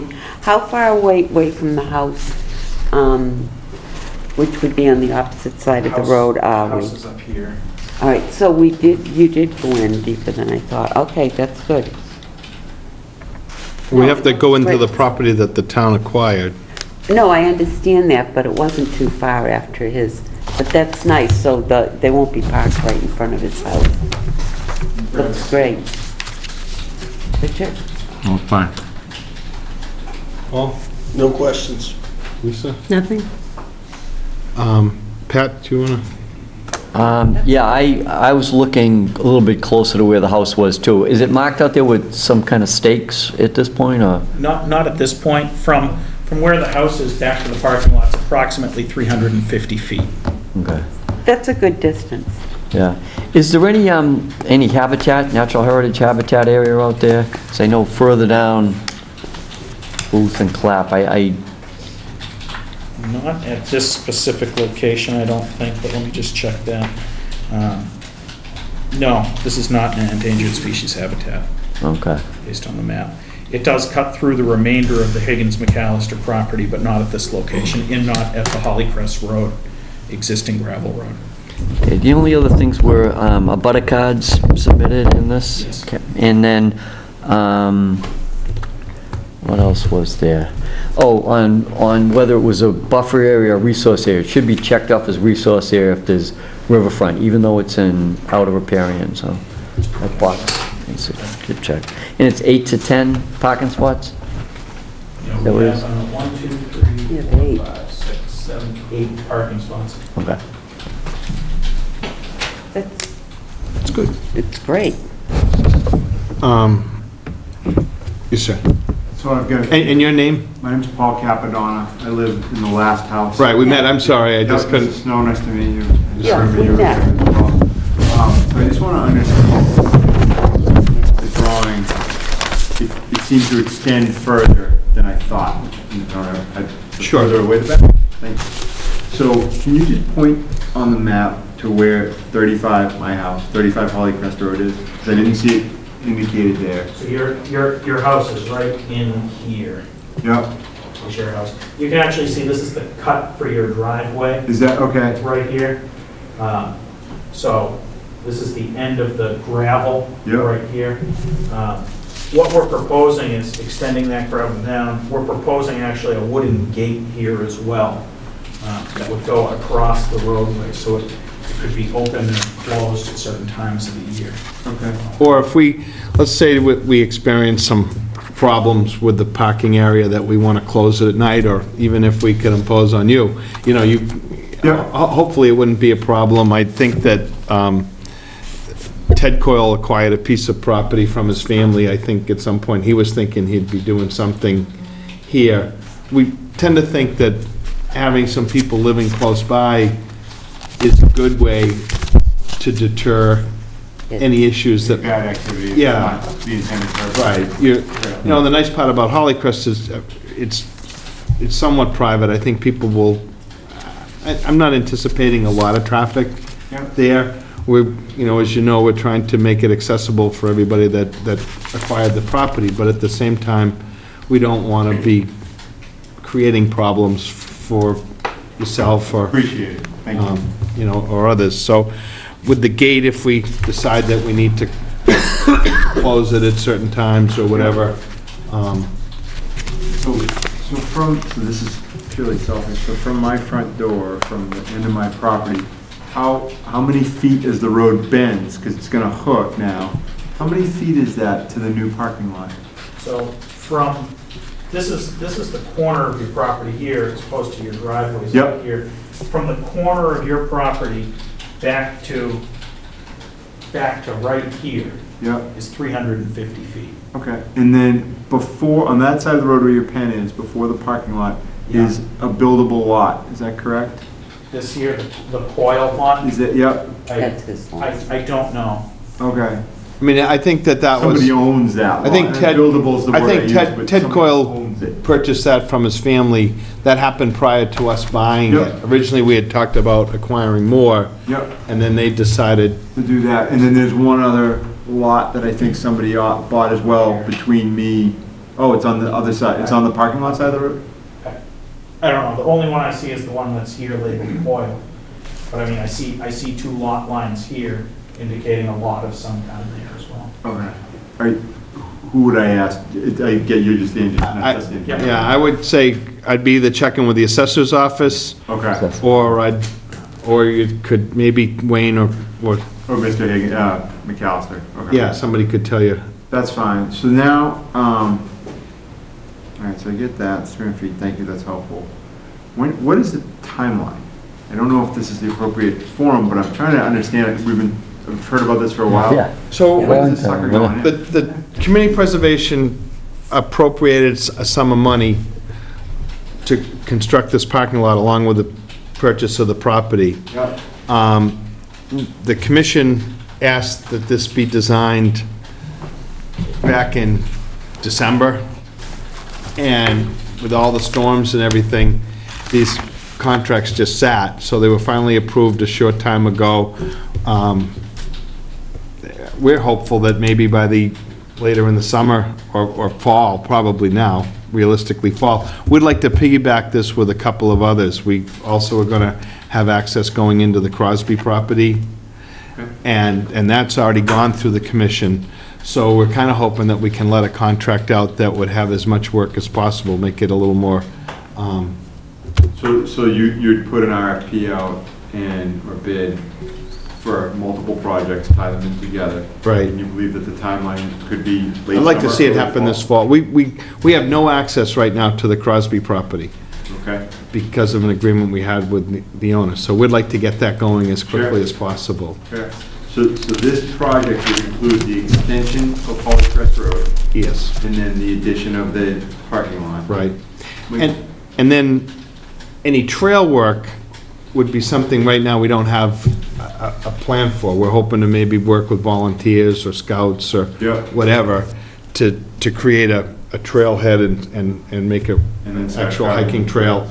We have some folks that have some ideas. They've been out in the woods that already volunteer to do trail work off of Bates Lane and whatnot, and they've talked to Mr. Higgins, and so we have some thoughts on where those are gonna be, but we don't have that firmed up just yet.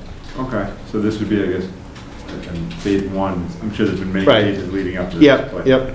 All right, so the other question I had was, I felt like the number of parking spaces I heard in the beginning was less than the 8 to 10. So can somebody tell me where we're going? I thought I heard 4 to 6. I don't know that we had said a number. I don't have a real strong feeling about how many we put here, to be honest with you. It's not gonna be like a paved area where they're marked. Understood. So, you know, unfortunately, people can come in and park askew or not Sure. park as well. What's the area or the size of it, Greg? These are 10 by 20 spaces. So how big's the overall? There's 8 spaces, so it's 80 feet long, should be 40 feet wide. Yeah, it's 80 feet long and it's 40 feet wide, 20 feet of parking space and a 20-foot backup aisle behind it. When we were talking with the neighbors, we were talking, you know, something like 100 by 50, the area, in all these parking areas. I don't really remember. I do remember that we it's a little always less. talked about 8 to 10, no more. That was like our top.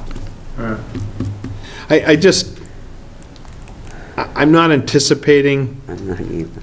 that this be a big, I think that we're gonna see more people parking at Clap Road or Bates Lane. Yep. Because they're more familiar with that.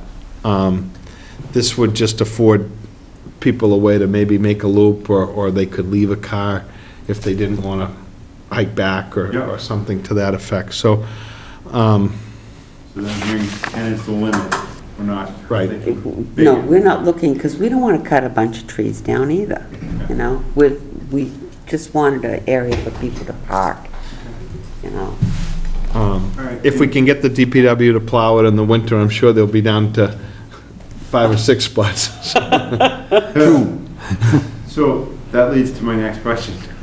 The maintenance of Hollycrest Road. Right. How does that work now that it is going to be a hiking trail? Currently, the town does plow it. We're responsible, I'm assuming, for re-bend, filling in potholes, having it regraded at our own expense. How does that work? Well, we're gonna try to work, we have a limited budget as well, the commission. CPC won't pay for maintenance, so the commission will have to look at working with DPW to add some grading or maybe help with some of that. We'll have to work with DPW. When we've had that discussion with them, there's nothing really cast in stone with some of these, but now we're a neighbor, just like the rest of you folks that have been working to maintain the road. So somehow we're gonna have to figure out a way to, hopefully we can maybe get the DPW to supply the material, do that sort of thing, and we'll have to work with each other on that. And I believe that is doable. I know you gotta kind of take our word for it, and I might not be here in 10 years, but It's not inspiring confidence, but I get what you're saying, and I'm not looking for promises to be made. I get it. I think you'd almost have a better chance of getting the town to maybe make a little bit of improvements than someone that might not want to do it at all on the street. I mean, you've been around the area, there's only 4 of us. Right. It's not gonna, we don't generate a lot, I don't think this is gonna generate a lot. Right. But I do wanna understand what the impact is gonna be. And Sure. how that would be done. Let me see if I have any other questions.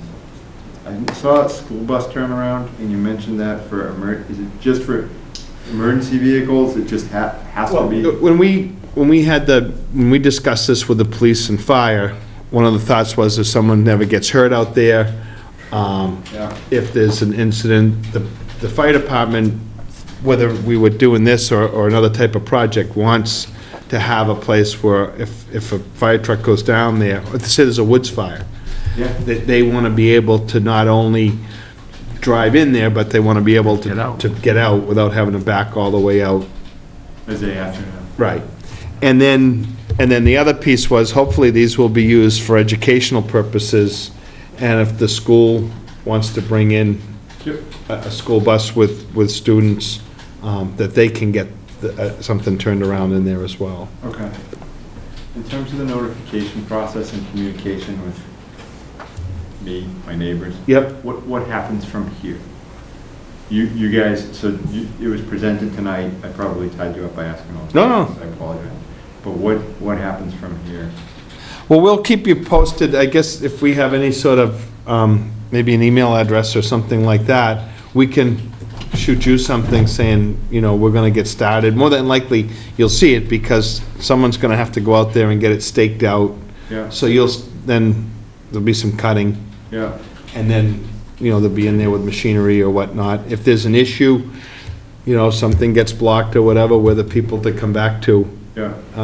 If there's a problem. And just because I've got a real personal interest in it, I know I'll be around. Yep. I am very supportive of the project. I think it's a nice thing.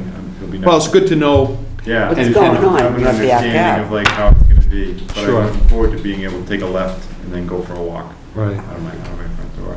My only last question was, right now, how does the existing road that terminates at the end of, or really just about halfway through my property, is it gonna go, does the road shift? I've got like this, we inherited some makeshift wall, stone wall, and I'm sitting there going, how the heck is this? I have no idea where it relates, and I don't want to tie up any more of your time, but is there somebody you can just orient me? I can see some type of stake has been put in the ground, some marker, but I don't know what it is. Do you have the stone wall on the? That's probably just a temporary survey point. It Okay. doesn't mean anything for property lines or road or anything like that. I just located, I did locate a stone wall here that looks like it runs parallel with your property line. Correct. Along your front. Yeah, between the road or whatever it is. Yeah. And the property line. So does So that, that stays, and that's accurate to the, that's accurate. I'm actually showing that it's on your property by 2 to 3 feet. Okay. The road is on the other side. okay. So it's yours. Having bought it 10 years ago, and I can't read a plot plan to save my life. I'm not sure if I wasn't gonna stop with the Sure. No, that stays. No. Okay. All right, I think that's all the questions I have. Great. I appreciate your time. Well, we appreciate your Interest. input and Great. work with us too. Thank you. Thank you. We'll be calling you when we need you to lock the gate at night if there's a problem. Happy to watch. All right, do we have a motion? I make a motion. Oh, does anybody else want to speak to this? Not that we have a big crowd at this point, but. Yeah, I make a motion to close. Second. All in favor? Aye. Thank you all. Thank you very much. How about Cogden? Am I saying that right? 806 Countryway Septic Repair. On August 5th, 2015, 7:20 PM, the Town Hall Scituate Conservation Commission will hold a wetlands hearing under Chapter 131, Section 40 of the Massachusetts General Laws and Section 30700 Town of Scituate Code of Bylaws regarding the application of David Congdon Broker to repair a septic system on property located at 806 Country Way, Scituate. Abutters and other interested parties are invited to attend. Good evening, everyone. My name is Peter Lyons. I'm one of the engineers representing the project. Who are you with, Peter? Collins Engineering out of West Bridgewater. As mentioned, this is a residential septic repair and notice of intent. It's an existing 4-bedroom house, failed Title V, so we're proposing a new pump system with 2 tanks in the rear, a 1,500-gallon 2-compartment tank to a 1,000-gallon pump chamber, then pumping to the front yard. On our plan, we show the bordering vegetated wetland line in green, the 50-foot offset in orange, and the 100-foot offset in pink. We also show the approximate mean high water line for Bound Brook, located to the rear of the property. Here's the high water line and the associated 100-foot inner riparian limit in the dash blue. So as mentioned, the tanks will be out back with the leaching in the front yard, 51 feet off of the BVW line to the closest point. Our tanks will be as close as 22 feet. A little bit of pitch going on the property. We see elevation 13 coming around the back of the yard and then dropping down to 9 in the rear. We are showing erosion control around the perimeter of the project and backup ending at the house. We show a dewatering pit detail in the pit out in the front yard as well, outside of the 50. Pretty straightforward project. I mean, put it outside the 50. Utilities on the other side here with the water and the gas coming in. So if there's any questions, I'd be happy to answer them. Kenny? No. Richard? I don't think so. I think I'm all right. More questions? Lisa? Nothing. Patrick? I have a few questions. Is this going to be a knockdown in a new home, or? Nope. Nope, I believe they're keeping the home as is. Oh, okay, so this isn't like the first NOI and then there'll be one for, No. Is there Board of Health approval on the system yet? As far as I know, there is. I was looking through my files and emails, and I couldn't come across anything. I believe it's already went to Board of Health, and typically I would know if they had an issue with it. All right, yeah, if they get back to us, it could be pending that.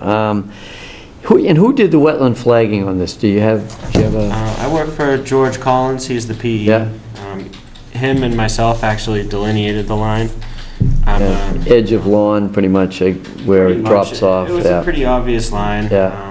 You know, I'm a soil evaluator and an engineer in training, and George is a soil evaluator, so, you know, him and I, he did the initial line. Drops straight off in the back. Agreed with it, yep. Okay. Pretty much the tree line, a little bit inside. Yeah, this would be a much improvement over what's there now. It's moving it to the front. I didn't think you'd have enough room up there. Did you have to modify the system at all? No, we asked for a couple of variances from Board of Health. We meet the setbacks to the lot lines, however, we're showing 8 feet off the front house corner. They usually want 20, I believe. Actually, no, it's a slab, so 10 to 8 feet. And the leaching field was, you were able to get that 50 feet out, and it looks like... Yep, we showed at 51 feet. And for the dewatering, that would be, in the event you're digging the septic hole, you're getting all sorts of water, you'd have a pit in the general area to... We show a water table at 46 and 44 inches, and we're showing a strip out to 90 inches, so, you know, we're gonna be way into the water. Okay, and I think we'd probably want to recommend a filter sock for this one. It's a real tight space, and it drops right off into the wetlands. So. Do you show that on the, do you show erosion control protection on there? As mentioned, we show it on the plan. Yeah, actually we do. We have an erosion control detail showing a 8-inch silt sock. Where are you placing that? That's gonna start at the property line up at the driveway. Yeah. And wrap around the proposed leaching, around the proposed tanks, and back up at the house. Got it. So there will be no down gradient access to the resource area. And I'd say there'd be one condition. There's a big pile of yard waste in the back right. It's a back right, I think. And, you know, if you're back digging or crushing the old system or digging out, if you could remove that. I mean, there's a lot, I don't know if it's back left or back right. There's a lot of stuff dumped in the wetland back there. So. Yeah, I can't recall it off the top of my head. What, just like leaves and sticks? It's all sorts of stuff, like 20 years worth of grass and brush and clippings and everything, but it's right into a wetland, like drop off the lawn and it's right in there, so. Right. I mean, I know there's an existing fence running across the back. Right. I'm not sure how that would impact. It's over that. Yeah, you can get in the fence on the right side. I think you'd enter from there, but actually I think the debris is in the back left corner, or maybe it's back right. So. We'll be in the orders. Sure. Yeah, because we have Bourne Brook right there. Yeah. Brook, yeah. Yeah. Is there anybody in the audience that wants to speak to this? Okay. I make a motion to close. Second? Second. All in favor? Aye. Great, thank you very much.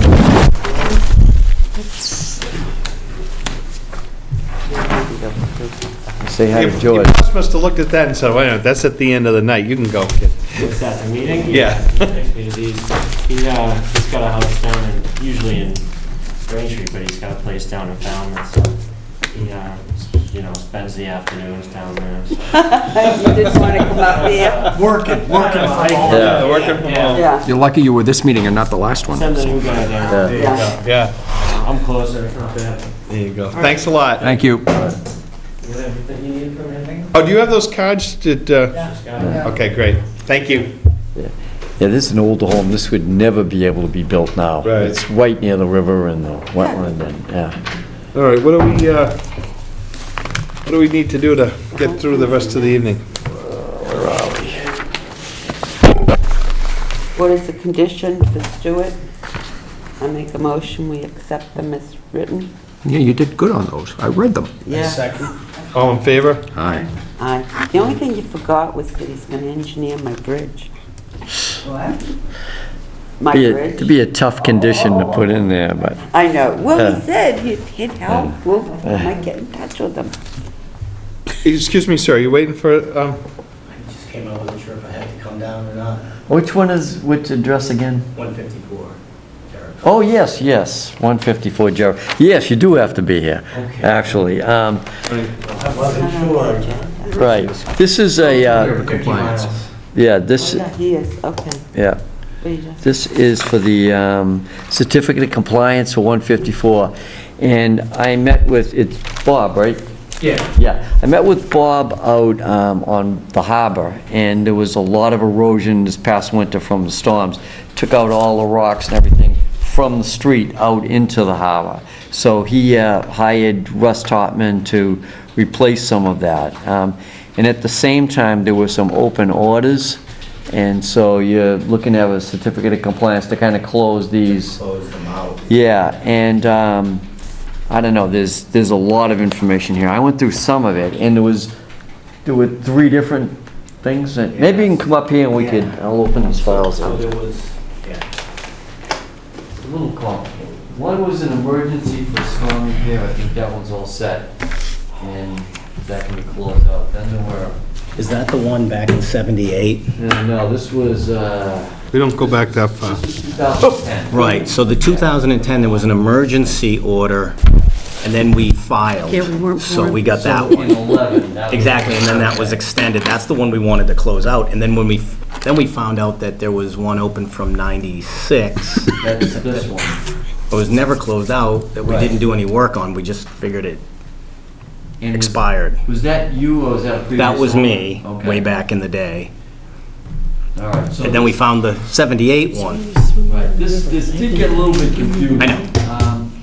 So, back in '96, you were asked to add 40 to 50 yards of granite in the back. And it was just chunk granite, wasn't it? Yes.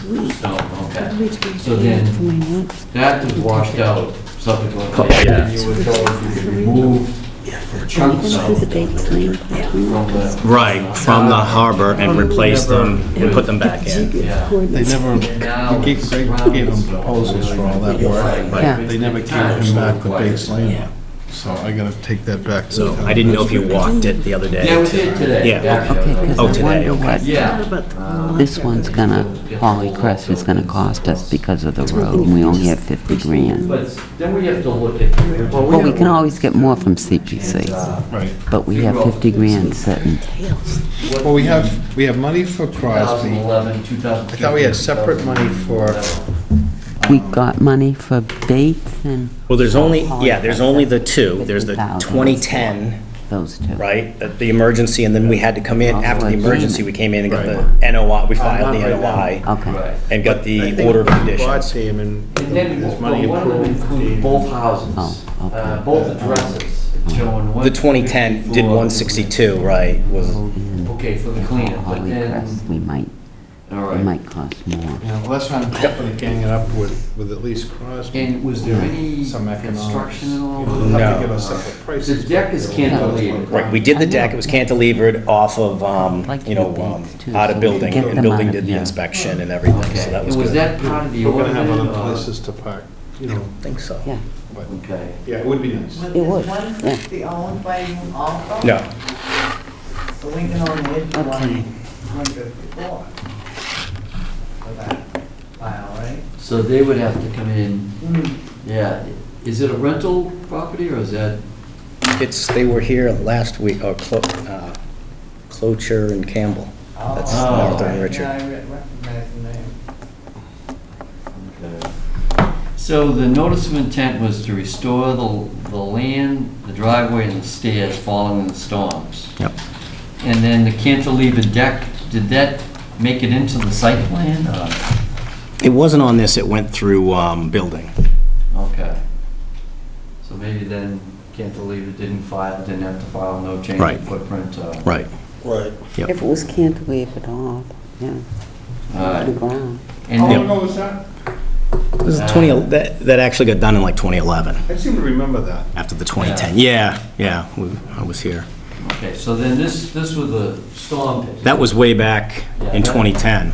So this is what happened, and that's what they replaced. Okay. But, you know, usually, a lot of times we have an as-built on these, and cantilever, I guess, just went through. Seemed like we've discussed it. And there was no asphalt. was No, allowed, correct. And then was put in. That's right. So I was Yep. out there today.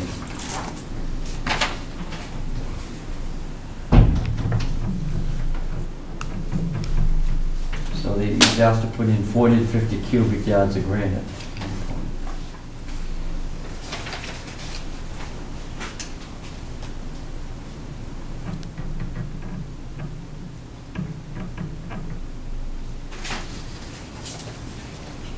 There's a picture of the house there. And we're trying to do a full CFC right now? Yeah, I guess we are. But, you know, you're looking at these pictures and try to figure out where the stones can go to, and it's you know, we went around for this one, this is 96, I think. Eleanor Foley was, I don't know if that, oh, is that the one from 96? yeah, That was a little while that ago. was a while ago, yeah. None of us were on the board. So, Were I you mean, here, Carol? 96? Oh, Carol. No. since Are there then- two houses, or is Well, it this just? foundation was taken out then. Nope, that's all there. Oh, okay. You can't- Yeah, the cantilever comes off of that. Yeah, we just cantilevered on the foundation because we didn't want to go into the, we didn't want to go into the ground, right? Because then it got washed, because that's what got washed out. And we figured if it goes back in, run the risk of that, cantilever it not into the ground. And so it's now cantilevered And around. so below that now is boulders. It's just that stuff right there. Yeah. It's that same, Yeah. that wasn't changed. Okay. No new paving or asphalt.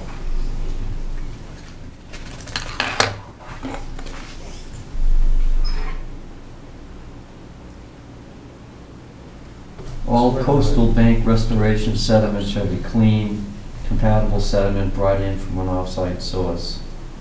And appears to be clean stuff that is there now from Russ. But, you know, then you have all the language for certificate of compliance, and there's really no engineering involved. Right.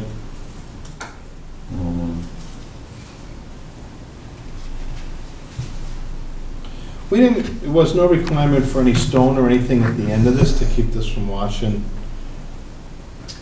They were asking for the big boulders, and I think then the chunk stones to keep them in place. They washed out, and he was told to put them back. Right. So what I'm seeing here, this is a recent picture. I'm looking at this, this is the material that was pushed in.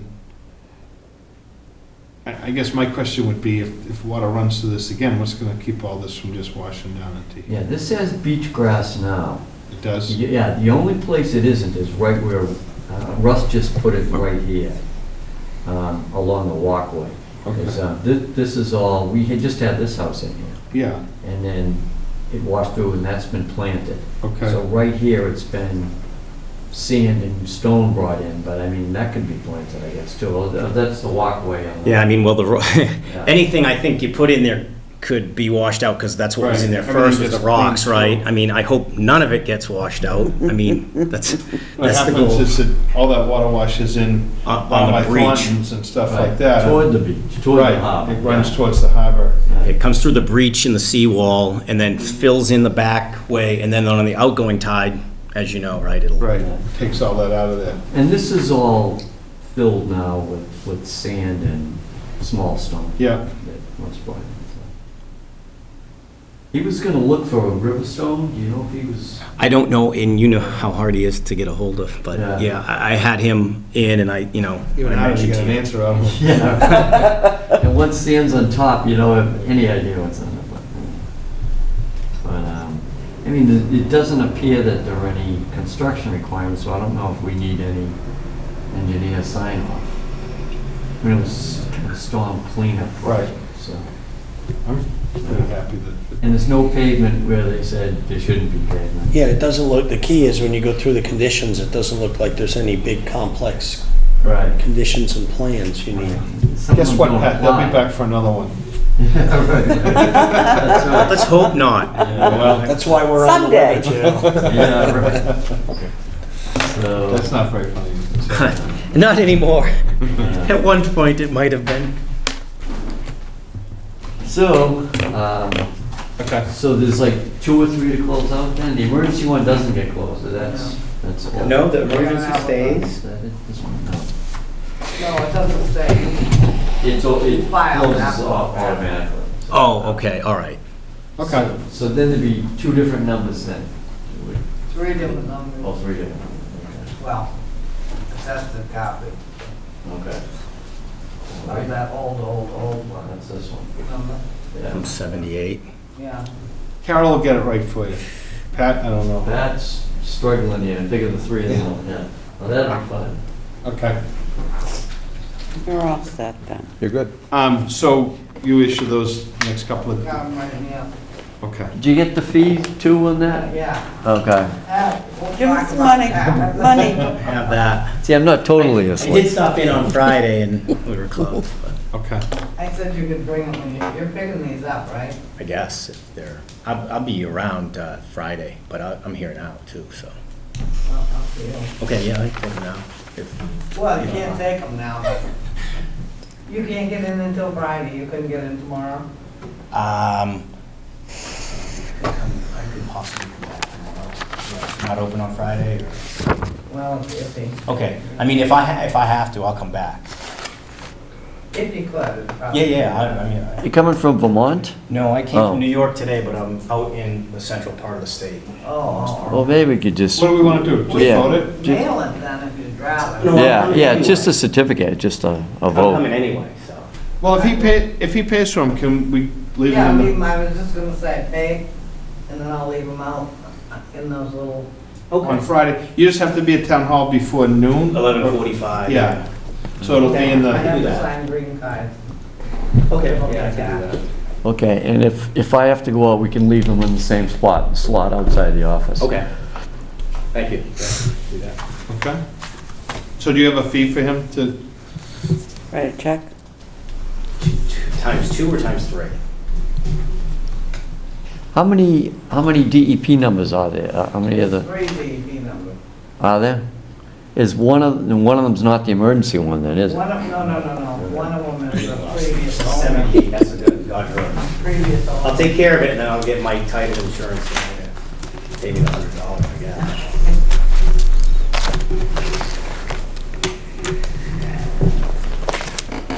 so you, while you guys are sorting that out, I'll go through some of this other, Okay. or do you want to keep going? What do you get? Yeah, what do we have left here? I make a motion, we accept the minutes from May 20th as written. Make sure you make some notes for Carol. And then we have a few more certificate of compliances. One was issued, I think the one second was issued. Do we want to vote? Sure. Do you have a second? Second. All in favor? I can't, okay. All right, yeah, wait, Carol's gonna, Give me a second. What did you just say? Minutes. The minutes, May 20th, we accept them. Oh, okay, you, Penny? Yes. And well? Rich? Rich? just Marshall? Yes. Yeah. We did your hearing tonight, everything We, You did that? yes, we did. Okay. So. Which site? Tickner. Oh, yep. So we gave that a negative three, which is approval. With a couple of things, they have to do some plantings and some things. Mr. Morse knows what Okay. you need to do. Okay, good. Okay? So it's all done? Yep. Yep. Okay. All right. Thank you very much. Yeah, we were out there today, and I think we thought we'd be running later. I might have told them it wouldn't be on till late. Till Yeah. after 9. Yeah, I Yes. apologize, but Okay. I'm glad it went well. Okay, thank you. Yeah, if you have any questions or you want to see it, just let us know. Okay. And we'll, You could check with Greg Morse, Okay. and he knows how the hearing went, so. Okay. All right. And you'll get some paperwork, if you want to pick up paperwork tomorrow. I could do that. Okay. did we just close? Oh, was that a neg, oh, that was an RDA. Negative. That was a negative. Thank you very much. Thank you. That's why the stormwater bylaw helps. That would have been impossible to know if we'd be contributing to more problems. you know? Right. Well, it takes it off of your neck anyways. Yeah, I mean, we're looking at engineered plans, and it's, helps So to have why don't we him. finish up these certificates of compliance? So, do we, 3 Ring Road, do we have that one? Yep, we do. Okay to issue CSC following the vote. There were no issues out there at all. This was it's off of Gannett, and the guy was asked to, he asked if he could put a berm up to keep the brook from washing into his yard. He put it up, planted it with grass, and it looks fine. There's no other He's disturbance okay. out there. Okay. 251st Parish? This one, we can't issue, we need to walk the site on this one. That was the one that we made an arrangement to either keep some trees. Yes. Something. Yeah, and we just had Bob Crawford review, he reviewed it, sent in the as-built, and some things that we thought were gonna be gone are still there, and other things we thought were gonna be there were It was a gone. little funny how we worded that. I'm not sure it was the best. There was a way. lot of wording, there were pages of wording, yeah, so I'd like to have a couple of people come out, take a look, and she has a closing in September, but I said that gives us another whole meeting, but I think, if we can get out there in the next week or two and then either get a guaranteed deposit account if there's a lot she has to do, Okay. or just, whatever. And the guy's a lobsterman, and he couldn't get his boat in the water, so there's 100 lobster traps in the yard, too, Right. so, against the wetland, Well, they're up with it. yeah. Okay. Trying to remember. Yeah, Town of Scituate, the town pier. I didn't get to that one today. I know that Penny's brother's gonna be mad at me, but I will get to that one. Well, he just wants it cleaned up. Did you Right. get everything you needed from the He engineer? gave me a lot of material, I just haven't run it by Paul. I wanted to talk to your brother and then just DPW and him, and if they were happy with the job, I mean, they oversaw it. So, Yeah.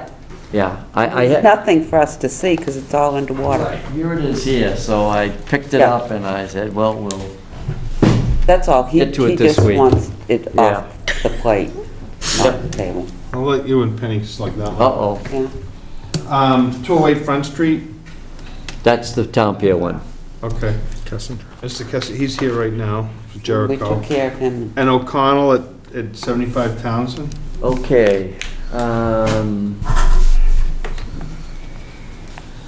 this one is a septic, it's gonna be an improvement, it's, they're going for a certificate of compliance.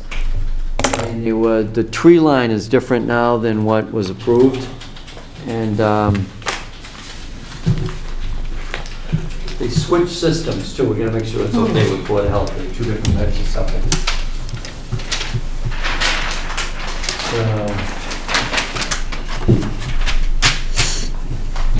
Here's the street, septic is here, the tanks are here, all that is good. Back in here, it's supposed to be a tree line, and now there's a lot of plantings. It's been cleared of brush. The trees are kept, but any lower vegetation come out, and like ornamental plants along here. So, I met with the owner, I talked to her, I said, we're really trying to have a undisturbed buffer, not a planted manicured. right, so they gotta move something around there? I Do mean, they need a fence, or what do we need to do? yeah, I mean, maybe we do a conservation post or something, Yeah. and then keep the plants that are there, but just let every Let it other grow. growth, yeah. Just let it grow. Yeah, okay. All right? All right, now we can issue? Yep. All right.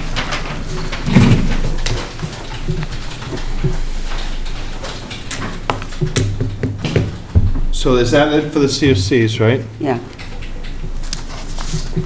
Yeah. So we have a meeting with the plan, it's a joint meeting with Concom and Planning next Thursday? Thursday night, and we're gonna get Where's it the, gonna be? Right here. it's gonna be here, it's gonna be crowded. Eh, And we're gonna get It's the pushed to summer. have the stormwater stuff covered first, and then you guys can close. We have to open, and then we could do that and then well, close. we've already opened the hearing, Right, so the planning board's gonna open theirs. yes, right, They'd right. like to sit up here, they'd like us to sit down. Oh, really? Yeah. You and Laura can work that out. The next, Maybe we'll let We Lisa. might boycott. Yeah. Maybe we'll let Lisa, Lisa, I'll why don't see if you- I can be in town. yeah, Yeah. you know, We'll just put chairs in front for the Why don't planning you board. let Lisa negotiate that with Laura? Lisa and Penny, yeah. I don't negotiate The well. next I'll time we, demand. We'll just put chairs in the front for them. maybe the next For time them. the joint hearing, it's our night, and they come to us, All right, you know. well, There'll be one for Okay, police it's and fire. solved. They're not happy because we made it early. They like to meet at 7:30 and we put it on for 7. Oh, yeah. Oh, come I on. wanted it on for 6. 6. Six I would've would been say better. 6. I know. Well, that's our only one that night, so we can get out quick. Right. You know, Okay. and that one, And it's just about the high school. We've already started it. I don't really see that there's going to be a lot of issues I for think us at we're that, pretty but- much set on. you know. yeah, the, Chris Lucas, the guy that did Toll Brothers for us, is coming to do the wetland. This one out back we're kind of set with, it's Yeah. the vernal pool, but there's some abutters that have wetland in their yard, so we're gonna walk that with Okay. Mark Manganiello and him. Anybody that wants to come, I'll get a time and a date. And then, Josh Bowes is doing the stormwater Good. review for Niche Engineering. And that's kind of gonna be a big one, because there's a lot of roof and there's a lot of Right. pavement, so stormwater will be pretty big. Yeah. What's that for? And we don't want to be For here. here. We actually might as well just take the lower area so we can leave, because Yeah. they can, they're going to have to talk about parking and traffic and Right. all that stuff. We don't We don't want, need that. Right, we'll start with stormwater and then, Irish exit. Yeah. I mean, am I right? Are we pretty much happy with what they're doing out there, what they presented to us last week? Other than the stormwater, to have the stormwater done? I don't know. You know, there's going to be quite a bit discussed about the school, but that's not our purview. No, that's what I'm saying. I'm asking, aren't we pretty happy with what they presented to us? Well, I think we want to see what Chris has to say. and Yeah. we want to see, I mean, they told us they were going to do some filtering, but we haven't really seen right. much of that. No, but that's all we're concerned about, I guess, is Yeah, what I'm right, saying. right. Strictly the stormwater. Other than that, Yeah. we And we like, want to see what they're going to do for, we told them we wanted more plantings Yes. around the... Yeah. yes. And Penny, that's mostly in this area that we were happy with it. I haven't even seen what they're doing near the other wetlands, so that's the other thing we want Chris to look at. Because there's wetlands in the back, way back corner, The and whole then back along. parking lot, they're going to redo some of that infrastructure, and then that drains Yeah. underneath the field. Oh, I And it's didn't discharged to a realize wetlands. that. There's a wetlands Okay. behind the ball field. Yeah, And right. that's where that discharges to, and what we wanted to see was do some oil separation Okay. and contaminant All right, stuff Yeah. before that. okay. But we'll get out before they start doing all the traffic study stuff. We'll Yeah, because close it. that's not our And then purview. the other thing, on the police and fire building up there, it's the same review people. It's gonna be Right. Josh Bowes and Chris Lucas. Oh, good. And maybe the stormwater piece, we can invite them to our meeting to do stormwater. Invite the planning board members, do a joint one, but it'll be on Okay. our night and with our, Okay. yeah. And do the stormwater the same, yeah. Yeah, All right. Get it over. Cooperation is what we want. exactly, that's what we're trying to get Yes. at. Okay. So, all right. But the only problem is, will they continue into their purview and we're not interested in their purview if we Well, invite then- them? No, we leave. We can't leave. No, Why? it's our meeting. Oh, that meeting, yes. Yeah. Moving right along. Yeah, let's, Yeah, they- Come on. we'll worry just about kick that them out. one. All right. Come on. I think we should just Okay. go with On the that. Damon parking area, Yes. for a request from a neighbor that would like us to not place the parking where we had proposed, and he's willing to swap some significant amount of land for that. So I'm gonna take some time to look at it. Where would you want us to put? We have two accesses. Yeah? And we really have to rethink this. I talked a little bit about it with Greg Morse, who had designed that piece with us. Yeah. But this landowner has quite a bit of land in back of the Damon property, and he's willing to trade a considerable amount of land for a small piece of land if we don't put that parking area there. Okay, but we'd still have, We're gonna use we're one gonna of have them. access and all. Might be a better plan, Yeah. yeah, potentially a better plan. So he's talked to the selectmen a little bit, came to me. Yeah. I'm gonna talk with him, I'll be talking with Greg, and then we'll be back. We're gonna have to go back to town meeting for that. So that, Swap, yeah. so that could take a little while to get access to that lot, but it may be well worth our while to do that. Frank, on that same area, the lot was cleared, lap there around 90, 73. They did get a stormwater permit from the I saw your planning. email. Okay. And they got a street opening thing, and they were very good. When I had gotten an email from Maxwell Trust asking if they should be using that area. I don't know if you recall, there was an email exchange probably a month ago. They had unloaded an excavator on our property. Right. They moved it right away, they cleaned it up, and then they went back out, and it's actually good that we did, because we said to them, you better go check that survey, because They would have cut the wrong place. Yeah, so it all worked out, and it seems like they've got the thing contained pretty well. So. Yeah. Sometime, I haven't got to it, the kiosk at the Ellis property went down. I gotta find somebody that wants to volunteer to put that back up. It fell down? It's in that parking area. Yeah. They must have knocked it over, doing snow removal or something this winter, so. See if we can, I thought there was a Boy Scout that was gonna clean that parking lot up. Yeah, Tibbetts. No, he did a different one, so. Anybody knows anybody that's looking for a community service project or something? It's partially there. Is it on the ground there? Yeah. Because I was up there this spring and it was up. It's been down for a while. Yeah. No, I'm just trying to, but I don't think it happened during the winter. I was up there with Howard. Or whenever it did, it's down. Yeah, okay. Okay? So if you know anybody that's looking for something to do, we'll try to get that back up there. So the CPC appointment, I've been the liaison to the Community Preservation Committee for at least 6 years. The selectmen would like to see some changes. They realize that there aren't, believe it or not, there's not a lot of people beating down the door to be on this commission.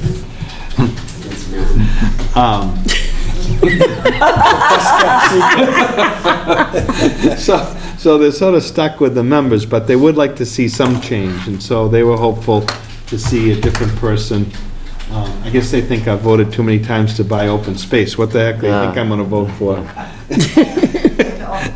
You know, your rep, it kind of bothers me. It's not as though you're as a citizen on the board. You're just our liaison.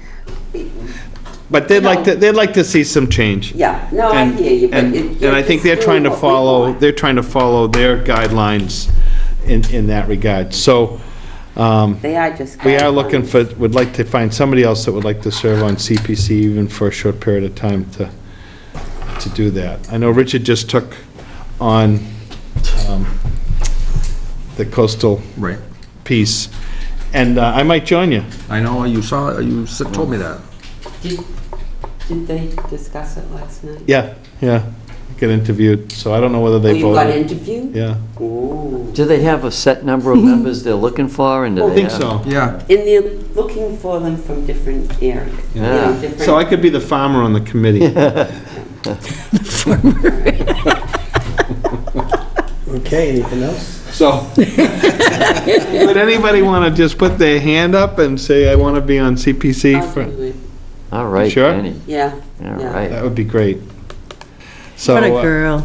I nominate Penny to be our liaison to the Community Preservation Committee. Second.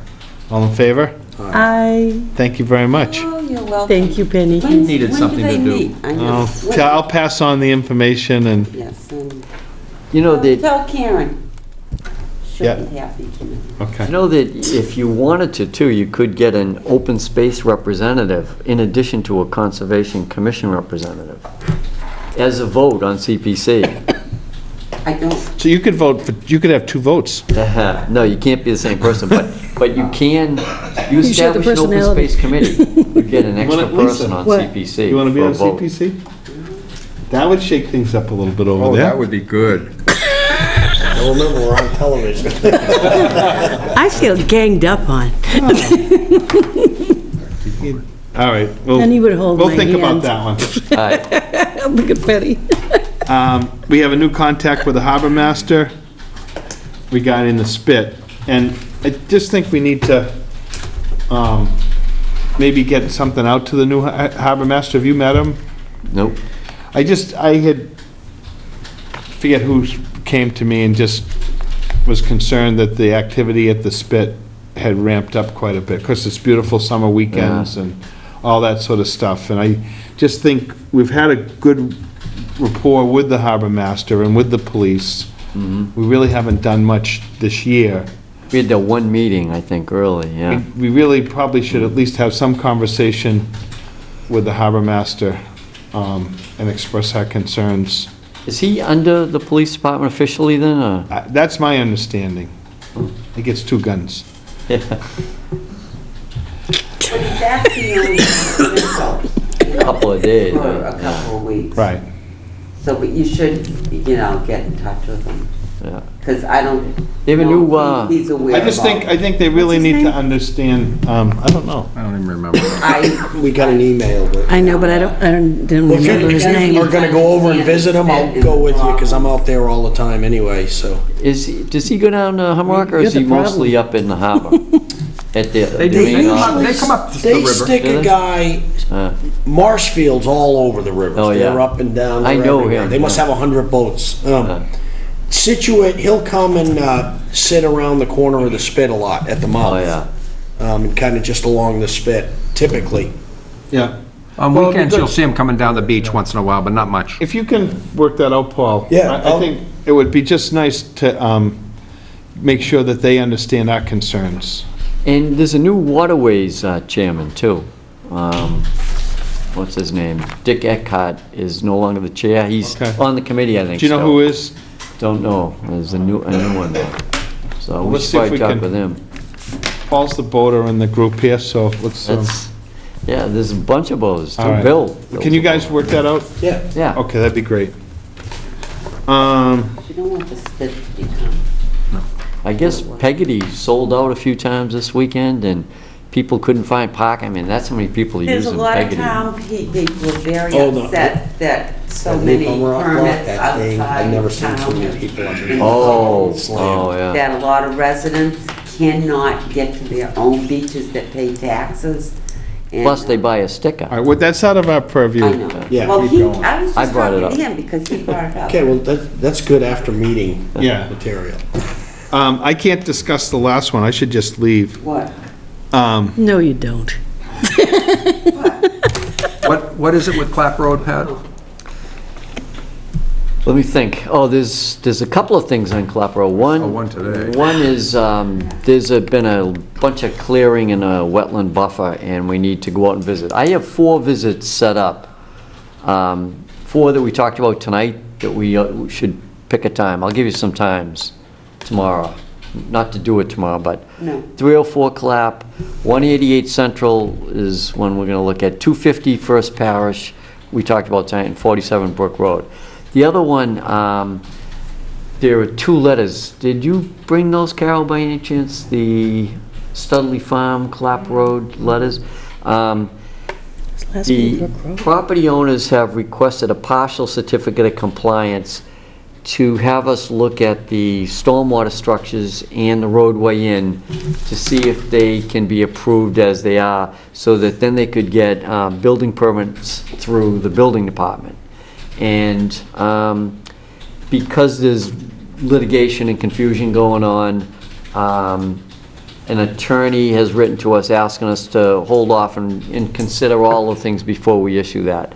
So I think between town council to see whether we can legally do it and Pat Brennan to go out and take a look to see if the engineering is done right, we are a couple of weeks off from even being able to think of both of those. So we put them both on hold for tonight.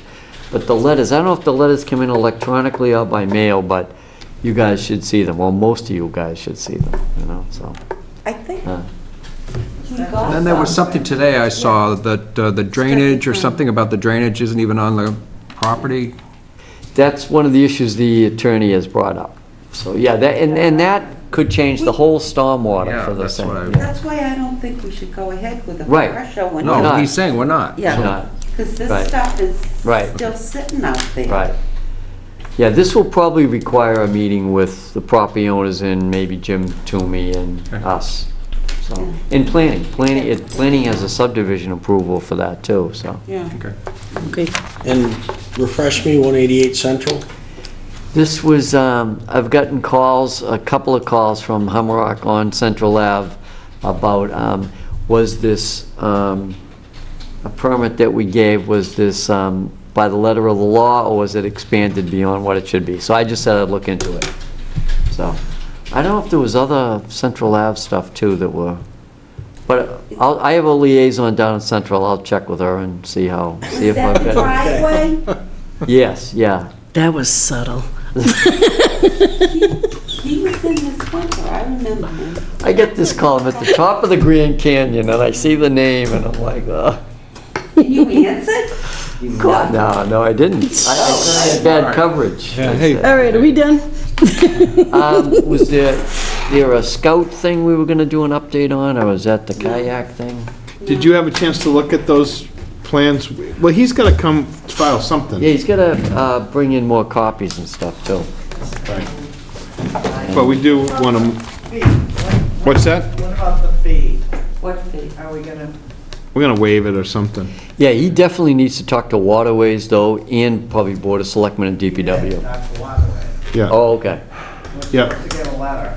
okay. This is a scout that wants to build a kayak access down on the parking lot in Minot, and the poor kid is trying to get this thing done, and between Pat and I, we've not helped him as much as we'd like. So hopefully he can get moving. It's a little delayed, but you know, the thing is, if he gets that kayak and they go toward Gannett or whatever the road, that's a dangerous spot. I was just thinking that they're trying to close out, you know, that bridge, they're not gonna let people launch near that Yeah, but bridge? they got to go a long way to get to that one. You think so? Oh, yeah. Okay. That's not even close. So there's no other direction you can go? He's got to go all the way into Cohasset Harbor, and then they got to go back through Cunningham's Bridge to get to the thing on Gannett Road. Oh, I thought there was a straight shot from the back of, Not much you can fly. oh, okay. Oh, so you gotta go out to the beach? Yeah. Down by Great Rock Island, down that way? All the way out there, all the way into Cohasset Harbor, and go back over where Border Street, Where the rapids are? Yeah, and then up through those. You know. Yeah, it's not even close. Okay, I won't worry about it. No, I wouldn't lose a bit of sleep over that. Alright. That it? I think that's, Make a motion to adjourn. Second. all in favor? Aye. We're done. That's...